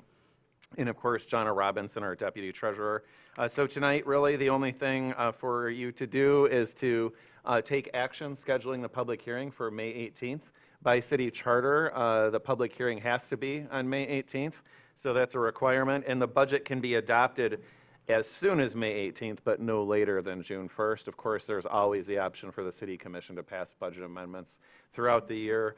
I anticipate the more robust discussion would occur at the May 11th study session, which is a week from today. I'll be making a high-level presentation on the budget. Brandy Ekren and Carla Myers-Beeman from Traverse City Light and Power will be doing that on behalf of Light and Power for about 15 minutes. Plus Q&A, and then the same for Harry Burkholder with the DDA. So, yeah, it's just been an honor to be involved in an intentional municipal budgeting process. So thank you. Thank you for that. We can take any questions really quickly, but we are having a full study session on it next week, with the exception of our couple minutes discussion on a rubric. So go ahead, I would Jackie. like to make a motion. Beautiful. Thank you, Jack. I move that the discussion and approval of the city manager's proposed budget for fiscal year 2026, 2027, including the 6-year capital improvement plan, all proposed tax levies for the city and the Downtown Development Authority, and also a public hearing regarding the Traverse City Light and Power and Downtown Development Authority budgets be scheduled for public hearing on May 18th, 2026. Support. Thank you, Commissioner Anderson and Mayor Pro Tem Ness. Any quick questions about it, or go ahead? Well, we were hoping to adopt this by June 1st. Yes, or as soon as May 18th. When were we going to anticipate that joint study session with the county and the city in regard to homelessness funding Not before. agreements? That's likely So going not to be bef- in June, Okay. right? And I'll just say on the homelessness front, we can get into this next week, that I'll share my proposed appropriation for housing or homelessness initiatives. Yep. Okay. And the budget can be amended throughout the year. Yes. Jackie, go ahead. If we do have questions for you at this point, how would you like to receive them? What would be most Email would be productive? great, and if you can compile them all in one email, that's fantastic. Of course, if you think of other ones subsequently, we'll take those, but one email would be great, and if you prefer to sit down and talk, I'm happy always to do that too. Thank you. Any other questions or? Excellent. Well, any public comment on this item? Seeing none, all in favor? Aye. Opposed? Looking forward to a robust discussion with everybody next week. So thank you for that. A little bit of light reading homework for us here. All right, and for the students following, we have appointments, and then we have quick board reports. Public comment shouldn't be much longer. So with that, we'll go on to our Board of Zoning Appeals. And I want to thank, it looks like we had, sorry, I'm losing my place here. Commissioners Anderson, Bomer, and Funk on this one. Of course, Commissioner Funk, I think he got put on most of our ad hocs this year. But so thank you for your work. If anybody wants to make the motion or let us know, go ahead, Heather. That I move that Emma Hughes be appointed to the term expiring June 30th, 2029, previously held by Gerald DeGracia, effective immediately. Jesus Cardona Villa for appointment to the term effective July 1, 2026, and expiring June 30th, 2029, currently held by Kyle Norman on the Board of Zoning Appeals, as recommended by the ad hoc committee consisting of Commissioner Anderson, Commissioner Bomer, and Commissioner Funk. Support. Thank you, Commissioner Shaw and Anderson. Any discussion on this item? Go ahead. I'm glad that you took that. Yes, I was just Oh, I love how the beautifully pronunciation. pronounced We have a Jesus' fluent name. speaker here. Oh, my goodness. Thank you for doing that. Well, That's all the discussion I have. after 16 consecutive months of no BCA meetings, it looks like we'll finally have one this month. That's great. And we did have a discussion about that actually, and our question was, can we ask whichever department is overseeing that board essentially? Planning. Yeah, thank you. Can we ask that they maybe hold some more meetings and maybe do some mock studies on like something might come up to the meeting? Do you remember that? We discussed like some sort of informal quarterly training, or like some board development, something to keep those members engaged. Yeah. They And hadn't, to they allow hadn't, practice. and Training, practice in a year case and a half. studies, And it was just kind review of prior decisions. Yeah. Anything 616. that would allow them to stretch their legs and learn how the process works. That's a great Thank you. idea, and especially for some of our infrequent ones, if there's any others too. The Yeah, that's Michigan great. Association of Planning does have good trainings for specifically BCA members. Fantastic. All right, any public comment on this item? Seeing none, I'll bring it back. All in favor? Aye. Opposed? And thank you for the recommendations from the ad hoc, too. Appreciate that additional discussion.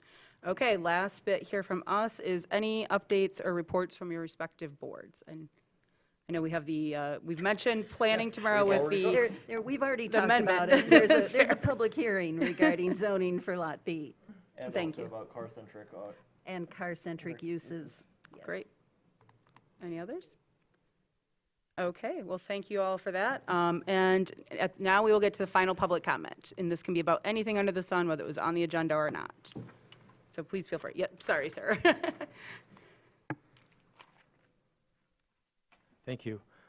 Again, my name is Tom Berklint. I live at 634 Woodland Drive. And the reason why I'm talking to you tonight is because I found out in the past few months that many of the trees that are being replanted in our cemetery are actually smaller trees that are not similar to the height of the trees that are currently in the cemetery. And this has been directed by TVC, I was told, to our Parks Department. And anyways, I'd like to see that changed because this park is one of the most beautiful parks I think that we have in our city. And what makes it beautiful is the height of the trees. I realize that they'll have to be trimmed in the future, but as a person that walks through this park pretty much about every day, and I see a lot of residents in the city, as well as my neighborhood walking in there throughout the day as well, I think it's important to preserve this tree canopy for not only us, but for our future generations. And I've noticed that the trees that have been planted are somewhat kind of a dwarf type tree. So the canopy that they're going to provide in the future is not going to be anywhere near the canopy that we have right now from the old growth trees, many of which are 100 to 200 years old.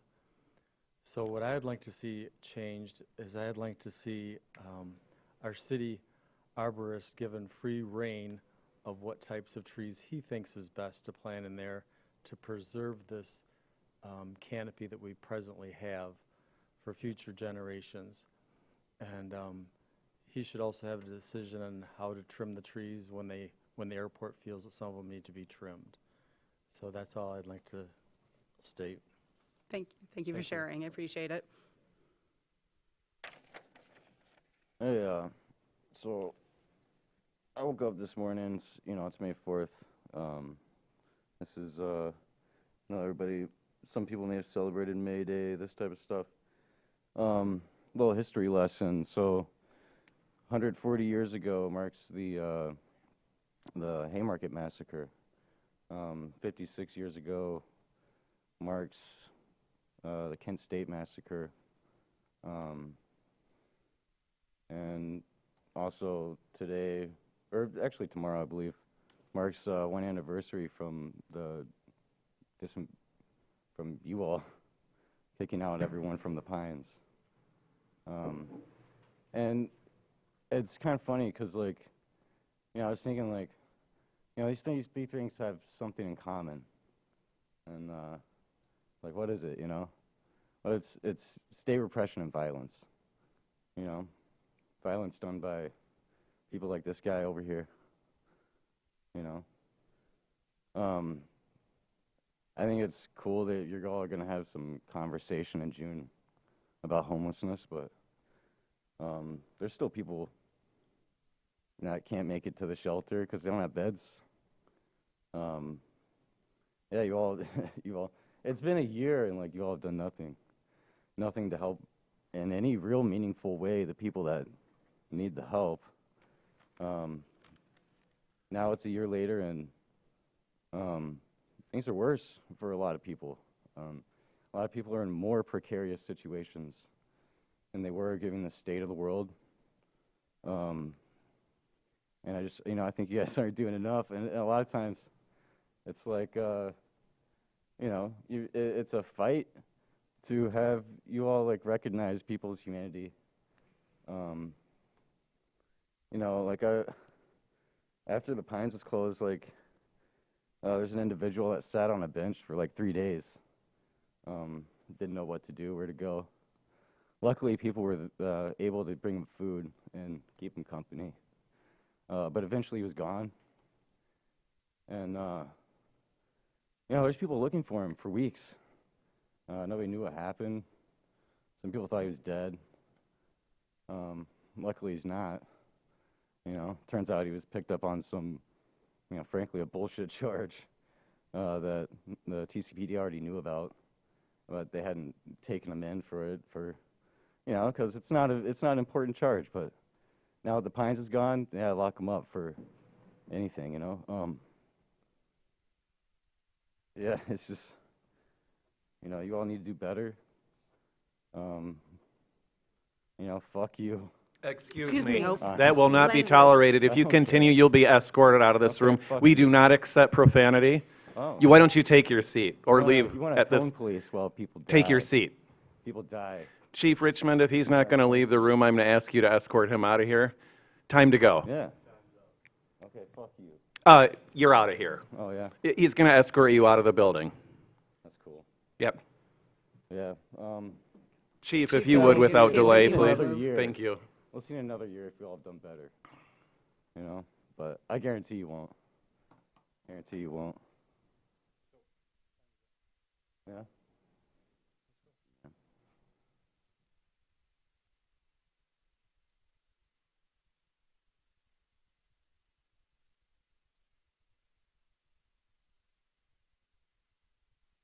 I'm not as brave as Logan.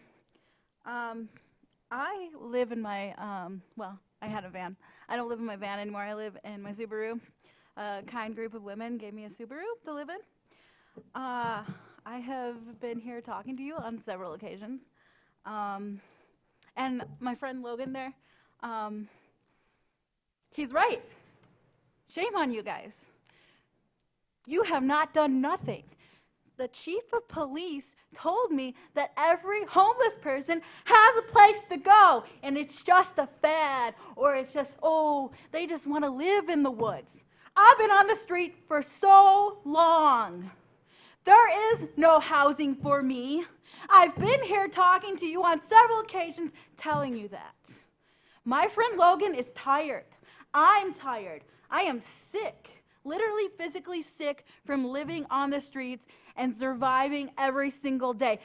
You guys must think I'm a joke. You must not see my humanity.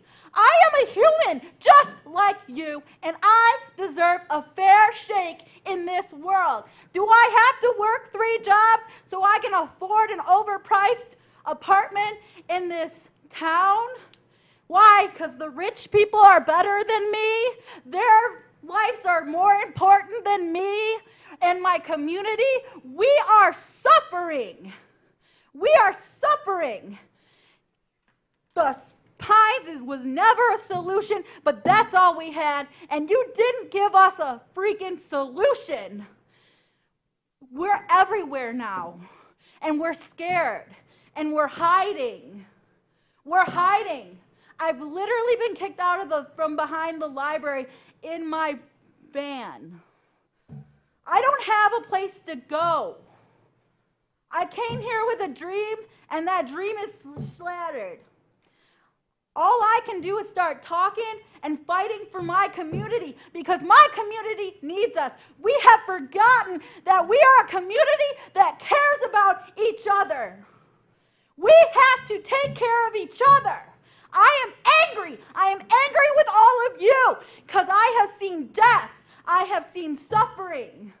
My own suffering and the suffering of my people. I am proud to call myself homeless. I am not ashamed of my homelessness because I am human just like you. Thank you.